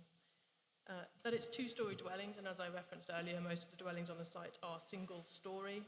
That there'll be amenity impacts, light spill, headlights, traffic congestion, increased people noise. That the visual bulk of the buildings will feel out of kilter when you look from the rail trail towards Ashdown Avenue through the houses. That there'll be an impact on the Ovens River and the recreational use therein for kayakers to park and for access to the river. That there's been a previous refusal for a battle axe block on 16 Ashwood Avenue that came before council some time ago, and that it may set a new precedent for the area. And then there are some things that are possibly a little bit more outside of our control. That it would encourage short-term rental use by its nature and design. That the construction vehicles and road degradation creates a safety hazard and will an impact on existing businesses in the area. There will be increased traffic and road safety impacts. Road widening and road upgrades may be required in the future or may be required immediately for the proposed development. That there'll be non-compliance with clause 55. There was also a reference to clause 54, but it's not relevant to this application. There'll be insufficient car parking and reduced property values. So without going into all of the council officers' responses, they are satisfied that despite that very long list of concerns, that the requirements of clause 55 within the general residential zone are met, but they also recognise that it feels like quite a dense site for what sits around it. So the recommendation before you this evening is to approve a notice of decision to grant a planning permit for 7-lot subdivision and the construction of 6 dwellings in accordance with the conditions outlined in the report. Could I have a mover? So moved. So moved. Seconder? Righto. You second? Councillor Janus? I'll second it. Thank you. Councillor Hughes? Thank you, Mr. Mayor. This one has had a lot of community interest. There's a few points I want to make on this one is that looking at the surrounding area, it is kind of, planners, as Ms Havercroft has said, planners are there to assess the application on what it is based on the planning scheme. Their recommendation is put forward based on what it is that they have to rule against with the planning scheme, hence the recommendation tonight. One of the grey areas that keeps popping up a lot lately is the whole, what's it called? No, not the density. Neighbourhood character, thank you, Councillor Nicholas. The neighbourhood character. And this is where I think there's a really grey area of understanding of what neighbourhood character is, because what I think neighbourhood character is and what someone else might feel neighbourhood character is could be a completely different interpretation. So for me, looking at the surrounding blocks, the types of houses that are on them, the size of the blocks, where houses are built on those blocks, is all taken into consideration with this one. I feel that, you know, based on the application, that the recommendation was not carried back in December for a subdivision along Ashwood Avenue as well, where a small section was being subdivided off the front, and that was a bigger section than what is being shown here. That wasn't carried by council. Based on car movements, bin access, the fact that there's a large development going on across the road which is going to be creating even more density for this area, I just want to make mention of all of that when making decisions here tonight. Thank you, Councillor Hughes. Councillor Janus? Thank you. I want to thank those people who've contacted me via email, and I have read all those emails, and it's been quite a prolific week for emails. So I've been up and down this road a number of times, and I'm very conscious of the fact of the application for a subdivision there year or two ago. But up and down that road a number of times now, and I've found that the traffic conditions to be light to almost non-existent at the time that I've been travelling there. And I note that the end of, or the opposite where this proposal is, there is some holiday units. I'm not sure if it's 3 or 4 buildings within that space. So they're in the same space from what I can see on the mapping, and I didn't go through anybody's yards and stuff, but what I can see is what the proponent has got here, and at the other end of the southern end of the street, there's some land that has been subdivided into smaller lots. So, and when I look at a Google map overview of that area, yes, there's a lot of houses there, but there's a lot of shedding at the back as well.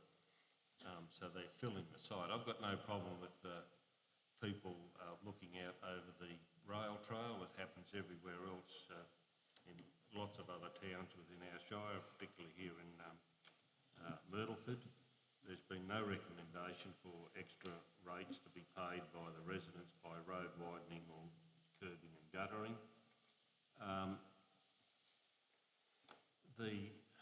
I noted on the conditions that the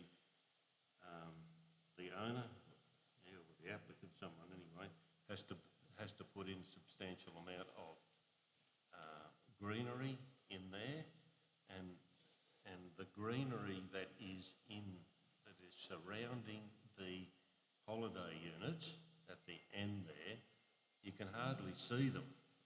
The reason I know that they're there predominantly is there's a big sign out the front that says what they are. So that hasn't been referred to anywhere in the report. You know, it'd be a lot easier, I suppose, if one of the people speaking to me said, you know, they'd be happy if it was 4 places in there, and they might be right, and that's a neighbour to the area. 7 is a number, but then I look at every condition has been met. Should this matter go before VCAT?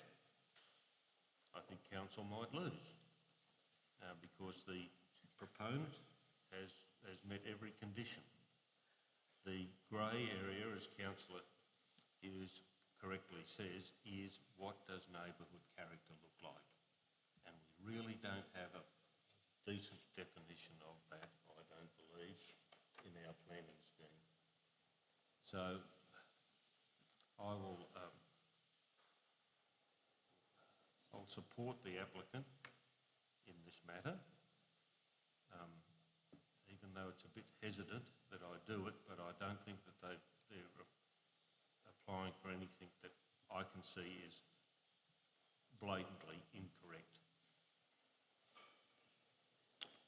Yes, Councillor Nicholas.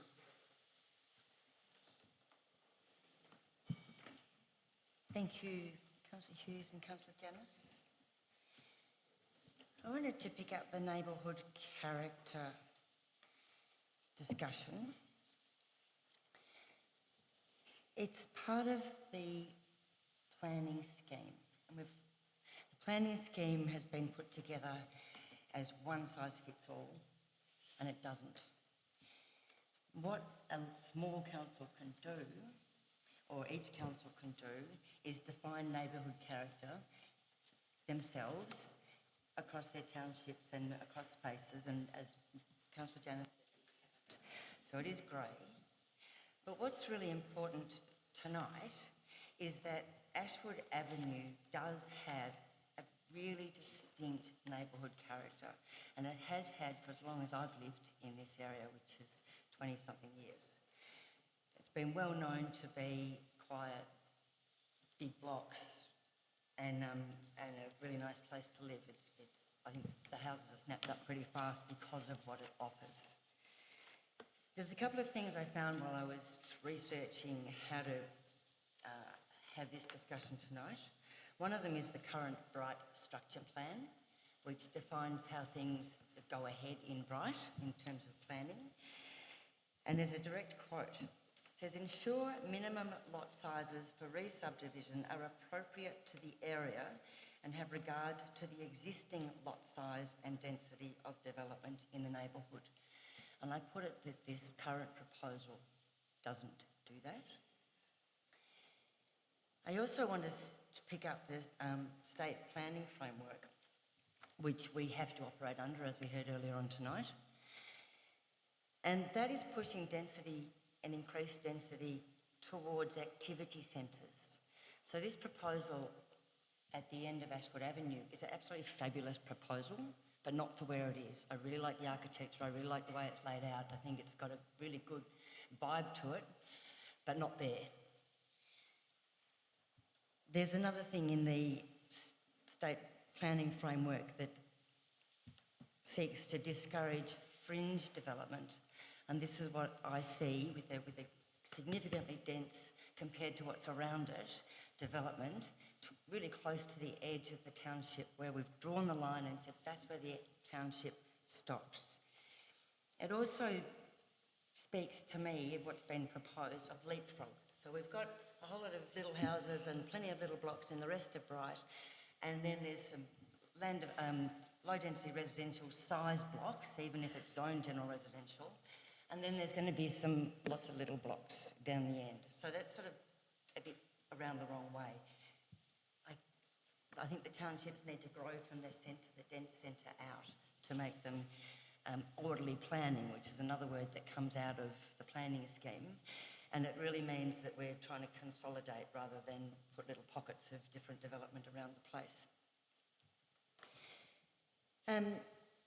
Another thing that's sought through the planning scheme is diversity of lots, variety of lots across a township.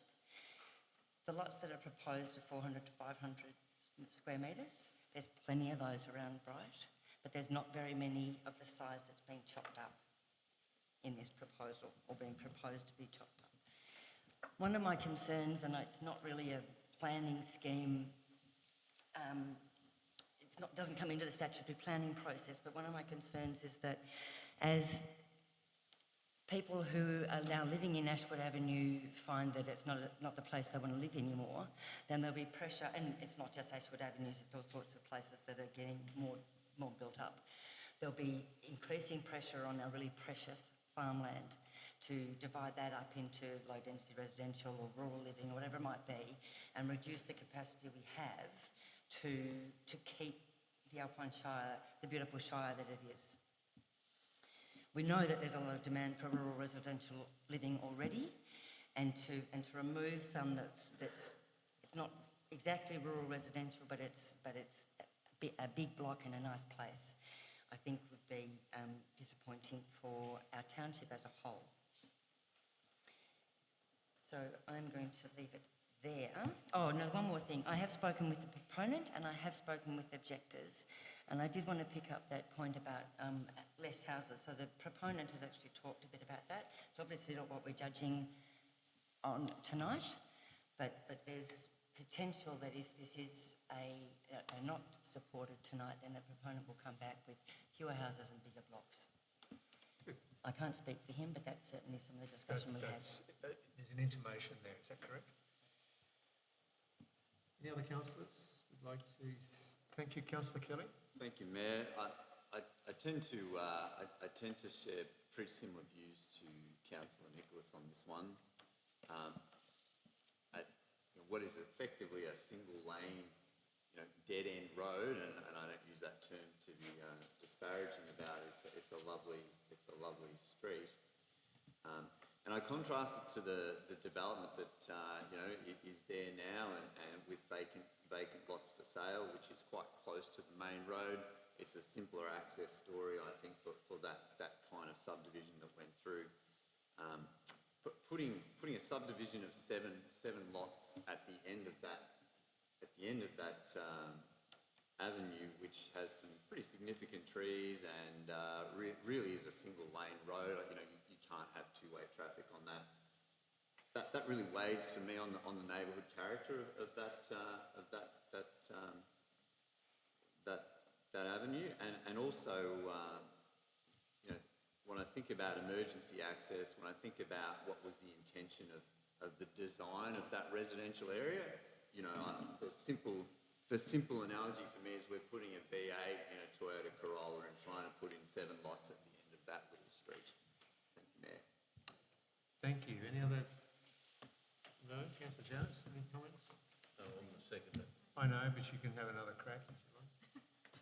Well, thank you. Councillor Hugh. I drive fire trucks, mate, and you can get I was two going to say, fire you can at trucks. least have a go at the car You can get analogy, two couldn't fire you? trucks down that street, no worries. And you don't have to drive on the, there's a fair shoulder to get down the street, so technically I think you're wrong, councillor. But however, I take note of your other commentary, which yeah. Right, thank you. Councillor Hughes. I think with neighbourhood character, respecting the character doesn't necessarily mean preventing change, but it's what does that change look like? And that's the questions we need to be asking. Just because we can do something, does that mean that we should?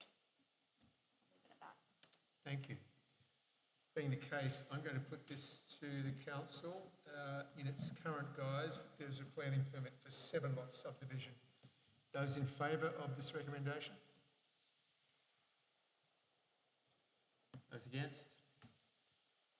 Division. Division. Those in favour? Councillor Jones. It's just so, sorry, I know that sounds a bit pedantic, but it's for the So we record. count. You'd have to write it down.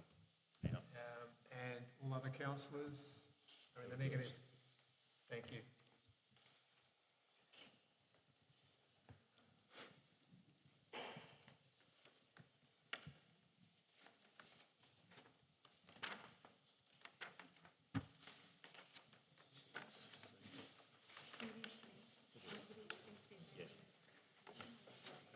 Item 8.3.5.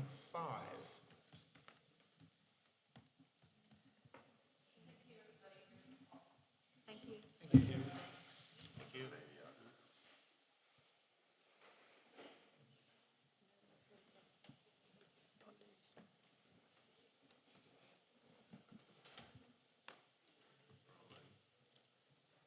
8.3.5, planning application, 24 Jubilee Street, Myrtleford. Thank you, Ms Habercroft. Thank you, Mr Mayor. This is a proposal that involves the use and development of the land for a warehouse. The floor area is 348 square metres and will contain an open floor space with disabled toilet amenities.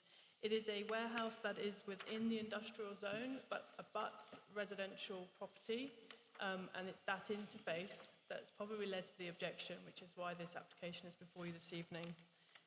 So the proposal also includes, so broadly it's a rectangular site, half of the site will be warehouse, the other half will be landscaping and car parking. 6 on-site car parking spaces are proposed to the front and side of the building, with an access way down the north-eastern side of the site. Landscaping is proposed at the property frontage in 2 separate landscaping beds. The site is vacant at the moment and does not contain any vegetation or constructed access points to Jubilee Street. They would all be required to be put in as part of this development. The area to the north, south and east of the site predominantly contain dwellings within the general residential zone, and the area to the west contains various small-scale commercial and industrial uses. When it went on public notification, it received 1 objection. That's made up of multiple parts, principally relating to the amenity of the residential sites that are around it. So they are the impacts from noise, particularly trucks, forklifts and reverse beepers, and that relates in addition to the hours of operation for the site with the noise. The extent of any earthworks resulting in land instability and the need for retaining walls. You'll see there's a swimming pool on one of the back walls, which is pretty close. And the possibility of the car parking area being used for outdoor storage, leading to visual impacts and privacy issues. So the recommendation before you this evening is that it's an industrial warehouse in an industrial zone, and that a notice of decision to grant a permit is issued. So moved. Thank you, Councillor Nicholas. Councillor Prime. Councillor Nicholas. It's always hard when they're zoning, industrial zoning abuts a residential zoning. The conditions, acoustic report, that sort of stuff, I think will address the concerns that have been raised. And I understood that there wasn't any room to move in development of the site in terms of the proponent not wanting to change anything. So we didn't actually get to hear personally at a forum what people are thinking, but it looks to me from the report that there's been adequate controls put in place to make both work. Thank you. Councillor Prime? Yeah, thank you, Mr Mayor. I concur with what was said. We've had something recently not dissimilar with a residential area interfacing an industrial area, and obviously you are well within your rights to object, and that's the case. I do think there is a decent amount of conditions set on this against this application here that I think they've done a pretty good job at trying to mitigate any problems, including acoustic reports, control of light spill, ensuring proper storage of things, and even there was conditions with the cleanliness and the smell of the bins in there as well. So I do think there is a pretty good job there of conditions in this report, so I'm happy to approve this one. Thank you. Thank you. Any other councillors wish to make comment on this one? No? Look, it might be a little bit pedantic. It's just picking up on something. In the public notification, if we go further into the actual document, if we can, please.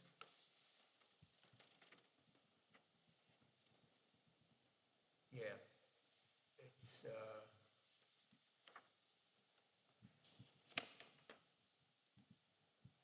sorry, just go back up.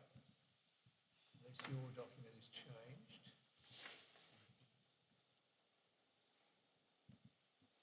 Yes. Methods to ensure that noise emaciating from the site. Emanating? Emanating. Thank you. Just for clarity. Good? Good pick up. Right. Okay, any other comments from councillors? No? Let's put this one to the vote, please. Those in favour? Thank you. That is carried.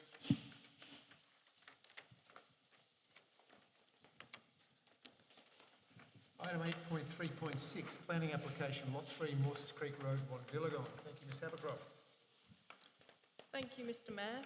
This is a proposal in the low density residential zone that involves the development of the land for a dwelling.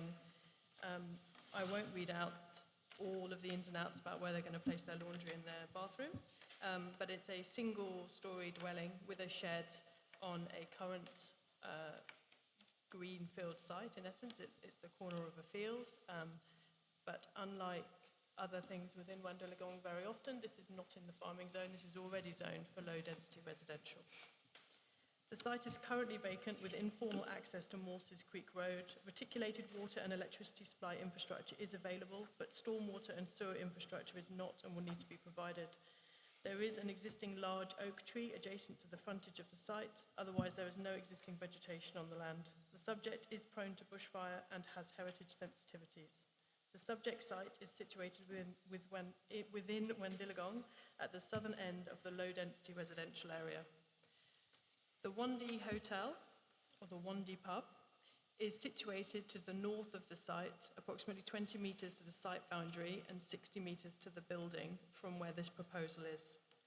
And it's that vicinity of the pub that has raised the objection from somebody in the community.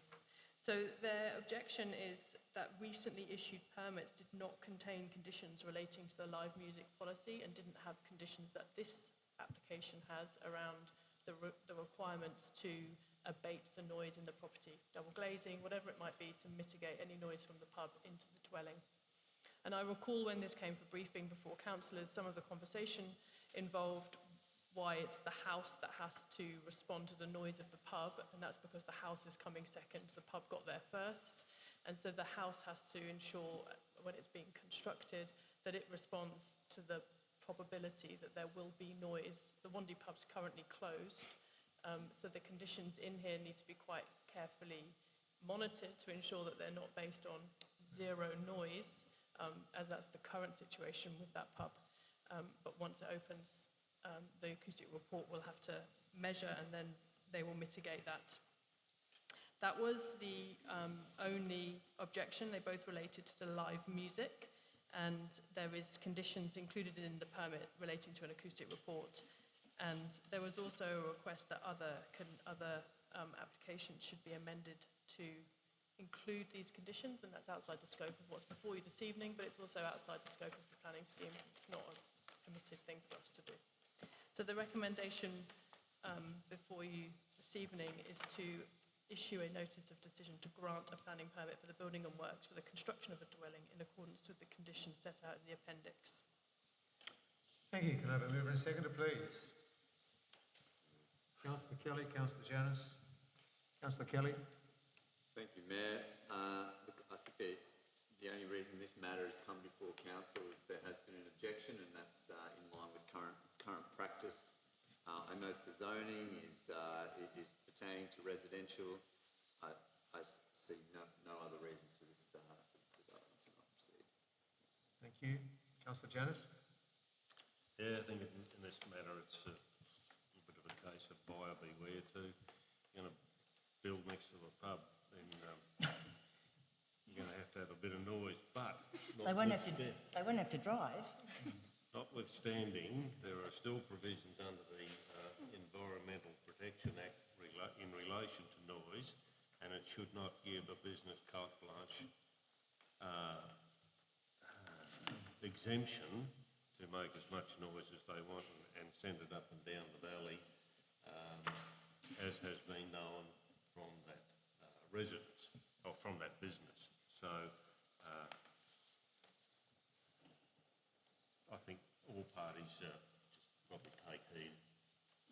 Thanks, Councillor Janus. Any other comments from councillors? Yes, Councillor Nicholas. Yep, I just want to make one comment. I declare a conflict for much rural land in Wandy when it's in my street, so I can't say this then, but I think it's fabulous that it's actually zoned low-density residential instead of farming land, because farming land's zoned farming. I know there's anomalies in Wandy, but it is zoned farming to try to maintain farming. So. Thank you. Other comments? No? Could I put this to the vote, please? Those in favour of this recommendation? Thank you. That has been carried. 8.3.7, planning application, 134 Delaney Avenue, Bright. Thank you again, Ms Havercroft. Thank you, Mr. Mayor. Just beg your forgiveness while I find the right bit of the agenda. So this is an interesting one, in my view. So this is a lot that sits on Delaney Avenue. It has general residential zoning. There is an existing dwelling on that site, and this is an application, a proposal to construct another dwelling on the lower bit of that. So Delaney Avenue goes up the hill fairly quickly, steeply away from the road, and the dwelling that exists is in the furthest upland area of that site, and the proposal is for another dwelling at the front. It's worth pointing out that when this application was before us originally as officers, it included a subdivision of that land, which was referred to the CFA, and they rejected that on the basis of bushfire. So that piece of this application was removed, so there is no subdivision application before you to determine this evening. It's just the construction of a dwelling at the front of that site. A section 173 has been placed as a condition to prevent subdivision occurring in the future, and I couldn't possibly comment about whether an application may be forthcoming to subdivide that into the future at this stage. So what's before you this evening is an application to construct a house at the front. It's a two-storey dwelling in the front of the existing dwelling, and the existing dwelling is being retained as part of this development. The new dwelling will be set back at least 6 metres from the front of the property boundary on the lower ground level, providing front door and garage access immediately off, and then a second storey rooms above it. The second storey adopts a natural ground level at the rear of the dwelling, and that's where the main living and dining spaces will be positioned. The existing crossover appears to require widening to provide access to the two separate driveways and the servicing for each dwelling. The design that is proposed is contemporary in its nature, with the use of colour-bond and master wall cladding, smooth render, with the features stacked stone and a double garage door. The roof would be colour-bond, custom or corrugated profile. No colours have been specified at this point. As I mentioned before, no subdivision is proposed, and the application was amended prior to the advertising under the public notification sections to remove that subdivision. It's worth noting that this lot rises significantly from front to rear. I think a quick drive down Delaney Avenue will show that that's true for lots of the lots down there, with a 20.1 metre frontage and a 50.25 metre depth. The existing dwelling is located right at the rear of the site on the high ground, and an existing unmade crossover and driveway is located to the west side of the property. As the planning forum and discussions with the officers have been undertaken with the applicant, they have made some modifications to the dwelling, and they are conditioned this evening, which include more protection for overlooking from the neighbours. The balcony has got some screening. The setbacks from the side were very small and have now been increased quite significantly to provide a greater buffer between the developments on either side. And whilst in the photograph of the site there is no vegetation at all in that site, it's already been cleared, and that was the subject of one of the objections. There is significant landscaping proposed to let the dwelling blend back into its surroundings, like you would notice in many of the other properties down Delaney Avenue at that end of that road. The surrounding areas predominantly contains township dwellings that all sit within a general residential zone 1 with a scattering of holiday accommodation.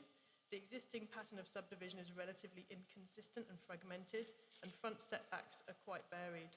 The dwellings are not always visible behind heavy landscaping, as I mentioned, and they are also often of a formal nature. There's quite a lot of fences there, pretty garden house, or there isn't. There's no fence, there's just trees, and then there's a house. So it's very fragmented. We've received 4 objections to date. And it's worth noting that the advertising that went up included the subdivision, so we did receive some objections relating to the subdivision, but because that has been pulled from the application, it's not relevant to this evening's conversation. So the objections, in summary, are that the existing vegetation is removed from the site frontage. That happened before the application, so isn't relevant to this application itself, and there's conditions to place vegetation back on that site. It's not in keeping with the streetscape through the height and the design, and as I mentioned, they have made some adjustments to both of those areas to try and bring it more into character with its surrounding. There's visual impact, and then density concerns, the overlooking concerns, which I have already covered, noise from the front balcony, because that will be the principal place of outdoor space for the property. The dwelling is too close to the boundary, the setbacks have been increased, and there'll be a loss of light, including northern and overshadowing, and those matters have been dealt with by increasing the setback. It is tricky because it's unusual that before you isn't a subdivision application and it's just a dwelling, but the recommendation this evening from the officers is that a notice of decision to issue a planning permit is granted for the construction of a second dwelling and alterations to the transport zone, which is the crossover, and the driveway to widen it to facilitate that dwelling construction. Thank you, Ms Havercroft. Could I have a mover and seconder for this recommendation? Councillor Kelly and Councillor Janus. Thank you. Councillor Kelly. Thank you, Ms Havercroft, for the succinct run-through of this. This is actually quite complicated, given what could play out. A couple of questions I've got. Firstly, around the conditions, there are some which I presume the applicant has agreed to. Can you give us just a simple summary of how the conditions are monitored and enforced by council? Thank you, Councillor Kelly. So it's the responsibility of the applicant or the owner to ensure that the conditions that are placed on a planning permit or a building permit are met. And at this time, in a more broad sense, planning compliance is largely driven by complaints from our community about things that they see within people's plans that they know or they believe don't meet what has been approved by council. The most important condition, first off, is that they get endorsed plans. So all of the matters that have been agreed related to setbacks, overlooking, overshadowing, the driveway, would sit within their endorsed plans, usually called condition 1. And here we're requesting amended plans as part of conditions 1A to R. And if they will all be met. We, the council, won't endorse those plans unless they're all being met. But that doesn't mean they're delivered on the ground. So we can enforce that piece through our endorsed plans, but it remains the responsibility of the builder on the ground to build to the plans that have been approved. So, for example, the double garage door requirement there around having something that blends in, it's not defined exactly, but the endorsed plans will have to detail what that garage door will be before approval is given. Is that an example? I guess I'm just trying to tease apart a little bit how this will actually proceed. Yes, so I'm very, very quickly reading it. Thank you, Councillor Kelly. So 1F, detailed coloured materials and finishes schedule with external finishes modified to respond to the character of the area. So if that includes the garage, then 1F would be listed on the endorsed plans to say what colour paint they're going to use. Okay. And I guess more of an observation than a question. I won't ask anyone to answer it. I'm a little perplexed as to how the CFA would form a view on the use of this site for subdivision with 2 dwellings versus no subdivision with 2 dwellings. But I'll make that as an observation rather than a question. Thank you, Councillor Kelly. The difference largely relates to the use of boundary fencing. So they would become 2 distinct properties with 2 separate requirements for access and emergency. At the moment, they only require 1 because it's in essence a single lot for access purposes. So that's simple. Okay, thank you. Councillor Janus. No, I've got nothing to add. Okay. If we didn't have a second to this motion, would have let lapse and therefore we'd make a failure to make a decision which could get us into Thank you. We do need a second in order to get some conversation happening. Any other councillors like to make comment on this particular application? Yeah, I will. Certainly. Thanks, Councillor Hughes. Thanks, Mr. Mayor. It's really hard. It's one of these ones when you go and have a look at the block, it's actually, it's quite a big sloping block. I mean, in terms of usable space with 1 dwelling on site, I can understand why the applicant would want to put a second dwelling there, just with that's kind of what would fit. And it comes back to these questions on, is that the type of infill that we're wanting to see? In the Alpine Shire, does that fit into neighbourhood character, which again is that grey area of interpretation? It's this one's a tricky one. Right. Any more to add to that? No? I've got one thing, and that is, again, in the officers' responses. And it's about at the bottom of the... Yeah, so keep going down, the second one on the next page, second last one on the next page. Keep going down. Dwelling too close. The dwelling does not comply with standard. Is that the correct response? Or Yes, so because the compliance is required by the permit conditions. Is that correct? So the application that's before you doesn't meet those obligations, but they've agreed that it can be conditioned out. All right, that's good. Right, no further comment. Let's take this one to the vote. Those in favour, please, of this recommendation. I have 3, 4. So those against? 2. The motion is carried.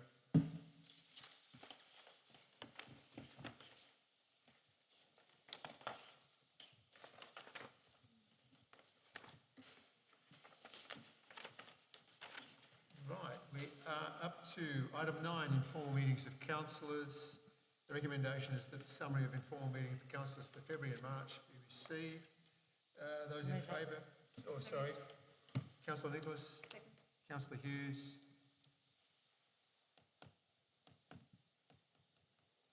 Any comments, Councillor Yeah, Nicholas? we were busy, weren't we? It looks like it, doesn't it? All right, any other comments? No. Put it to the vote. Those in favour? It's carried. Item 10, presentation of reports by delegates. Any tonight? Yeah. Kelly? No? Simon? Thank you. Councillor Kelly? Thank you, Mayor. Look, just a brief mention of the Alpine Resilience Partnership.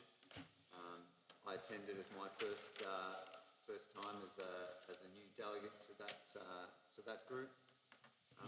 A couple of things I'd call out. Probably the first one is really good to see progress on putting in some further firm internet and comms connections at places of last resort and other sort of response areas that we have around the Shire. I think there's around 8 sites currently, and I know I did connect to one of them today as part of using this facility. So that's a good step forward.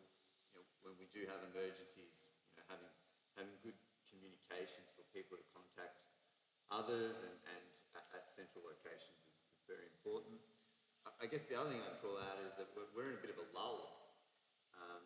We've had some, we have had some rain-impacted areas that have created some emergencies and things, but you know, we are now sort of heading into potentially a slightly quieter period, and actually that's the most important time to continue our preparations and exercise our protocols and be and get prepared for that next event in our community.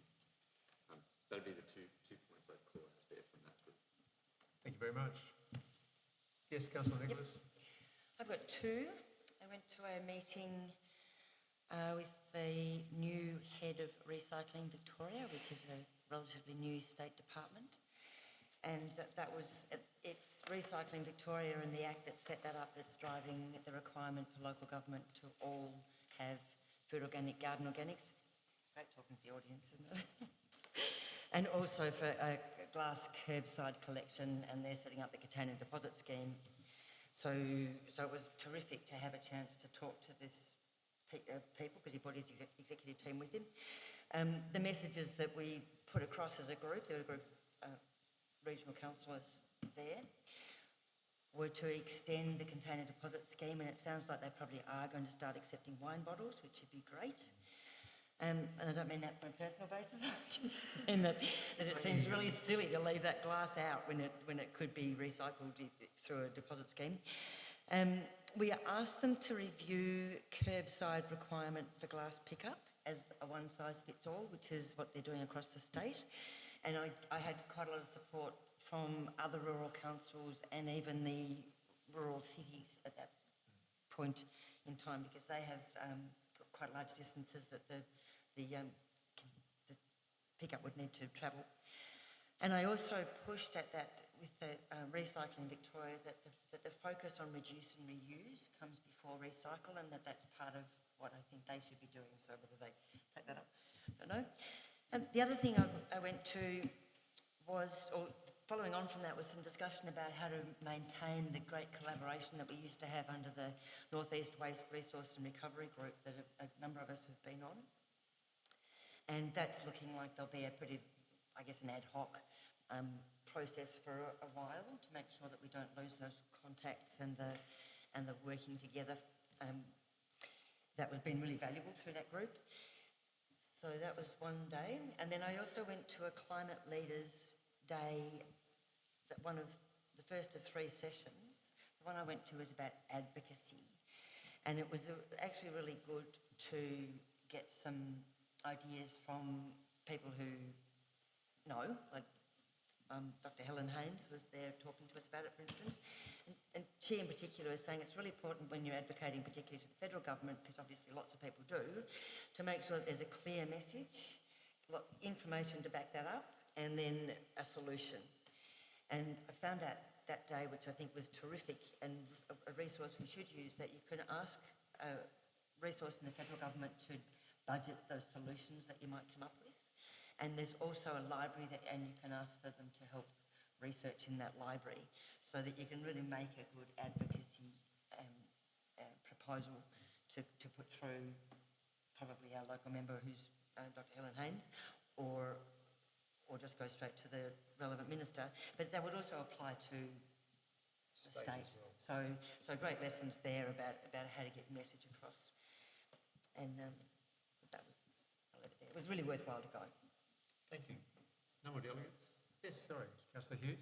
Sorry. I have been appointed newly going to my first meeting for the L2P program, so the Learners to Ps.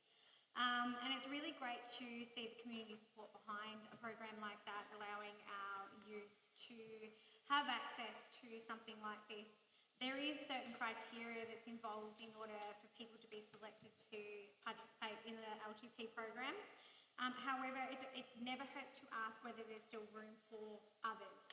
And I'm really urging that people put it out there that if you know of somebody, they might not fit the criteria, but there are other circumstances that might restrict their access to having this type of program, then I really urge people to reach out and ask the question. Growing up here in a rural area, you have less, I suppose, exposure to certain elements when driving. And I think it's a really important tool for our youth of today and ongoing that they get really good experience with people who know what they're doing, because I have to say, growing up, you're not always surrounded by people who know how to drive well. So if you can get those lessons, no reflection on my mum if you're watching, she's a good driver, safe driver. But a part of it is also that there's a new program coming out which is new to Ps. And this is for those that are 24 and over that are applying for their first or coming back to going onto their Ps, learning how to do that. We have a lot of new citizens that are new to the country, and being able to get them on the road safely and going through that process, I think, is really important. So if you know of anybody that would be eligible or looking at this type of program, the new to Ps for 24 years and older, I think is a really big improvement in this space. And again, couldn't happen without our community sponsorship alongside the Alpine Shire. So it's really nice to be part of this space and really learn what it's all about. And the volunteers, exactly, thank you, Councillor Janice, the volunteers that are putting their time aside to teach these people how to be safe on our roads. It's really important. Thank you. Moving on to general business, and I'll start with Councillor Nicholas. Thank you. No, I don't have any. Sorry, no? Can I reserve my right? You can, right? Councillor Hughes. As I had mentioned, we have 14 new citizens that were inducted here today in Myrtleford. It's really nice to be part of the family's process in being welcomed, not being welcomed to the Alpine Shire because they're already here, but as new appointed citizens, the joy in being part of that process is really lovely, and I thank those that continue to want to form part of our communities here. Again, I'm going to sit here and say I urge people to continue to read what comes up on our agenda. Classic example is the fact that our development plan, everything was done back in 2015, which is when people could have made more of an impact. If we don't read what is happening, we would then kick up a stink when things are out of our control. So I really urge people, it's not necessarily coming and sitting here in the gallery. We had a lot of people leave after the items that they wanted to see happened, and I thank the two of you remaining here tonight to see through it. But this is where I think reading the agenda, having a look, what is it that are the decisions that are being made? Because that is shaping the future of our communities. And without knowing, it's all good and well to know that that's the agenda and there's an application for a subdivision permit for a 2-lot subdivision. But if you don't know what the outcome of that application is, then you're not arming yourself with knowledge to move forward. So I'm just really putting it out there that I think just cast your eyes on the agenda, The minutes from the previous meeting are always attached. Ask the questions along the way because it might be too late later down the track. Thank you. Thank you. Councillor Giannis. Yes, thanks. I just want to reiterate what Councillor Hughes has said, but particularly in matters of planning, and I note that either on Facebook or even tonight there was some commentary with some barbed comments to councillors that were on council in 2015 when certain decisions were made. And I was one of those councillors, and I can put my hand on my heart and say that I believe that due process was followed and community had an opportunity to make comment. Councillors made decision on the available evidence before them at the time and not on conjecture. As I say, community were given the opportunity to make comment on that and have now come to the forum to voice their opinion when, I'm not saying it's too late, but a lot of the horses bolted as well. So keep abreast of what's going on in the community and get the facts rather than conjecture before you make your decisions.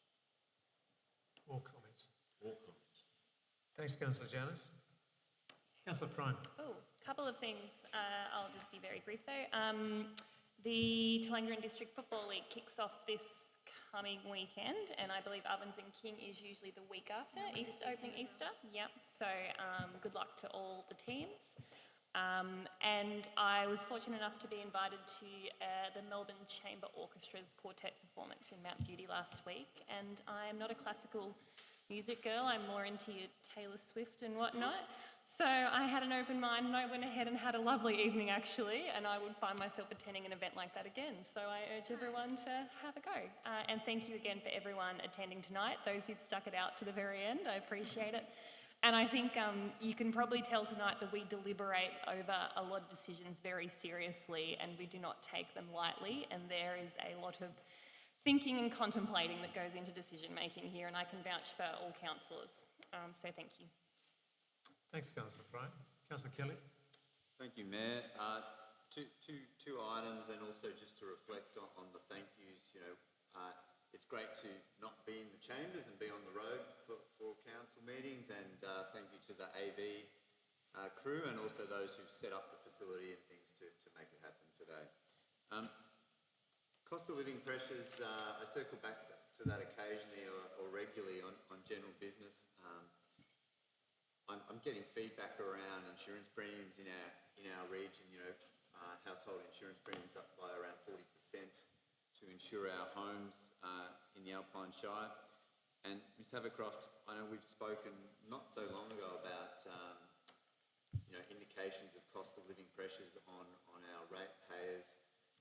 I believe that's tracking along okay, but have you got any other information around other services and other ways that if community members are feeling the pinch on what is available to support them? Thank you, Councillor Kelly. You're correct. So I've done a little bit of digging as to what services are out there and how they're being impacted or not by increased demand. So from our own perspective, at this time last year, we had 118 overdue debt files with our debt collector, and at the moment we have 86. So on the face of it, if we only used that, we would think actually everything's completely fine and people are still prioritising the payment of their rates, which is good for council.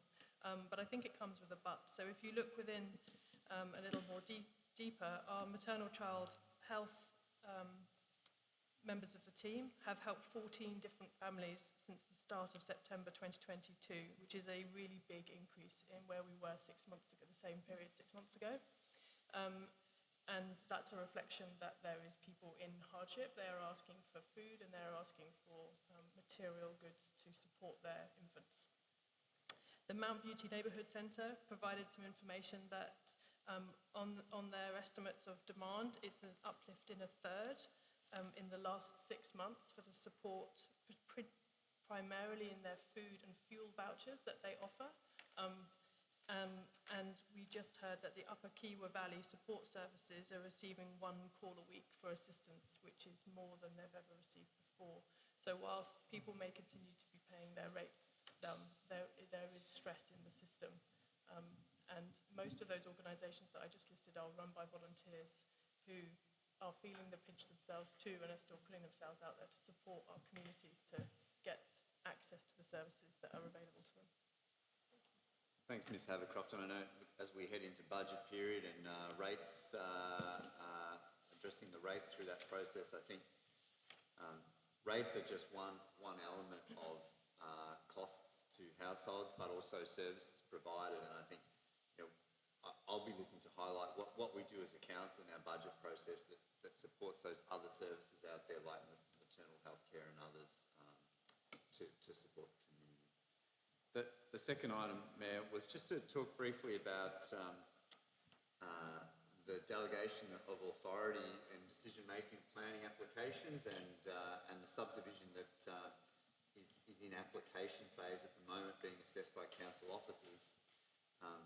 We have the ability to call, there are some really useful guiding principles on the state government planning website around the council making decision to call in applications rather than using the delegation that's in place.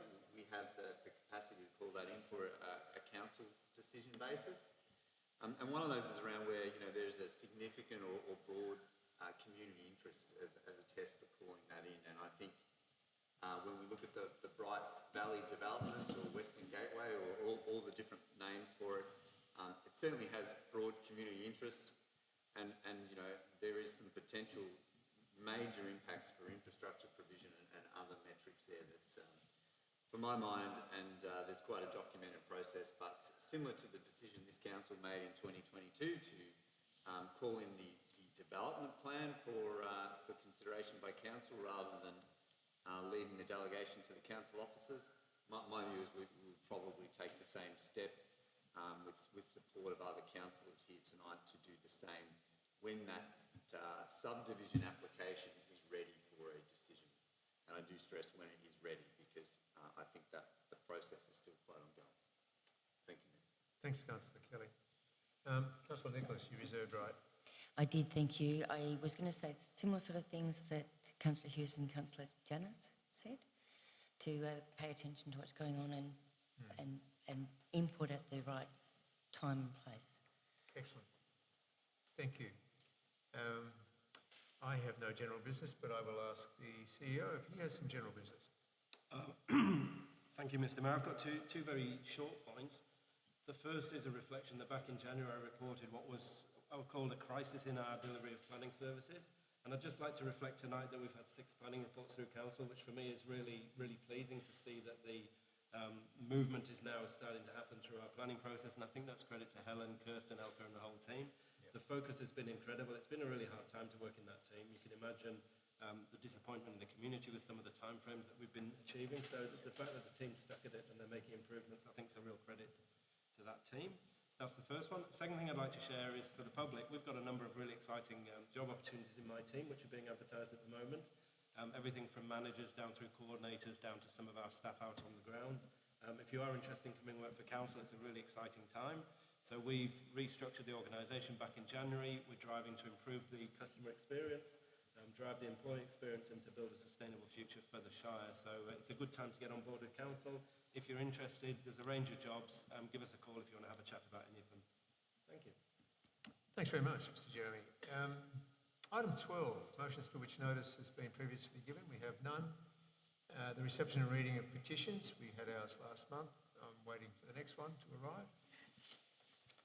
Item 14, documents for sealing. We have 4 documents for sealing tonight. Could I please have a mover and a seconder? Councillor Janice and Councillor Prime, thank you. And having done all of that, there is no further business. I will now declare the meeting closed at 7:31, and thank you all for attending.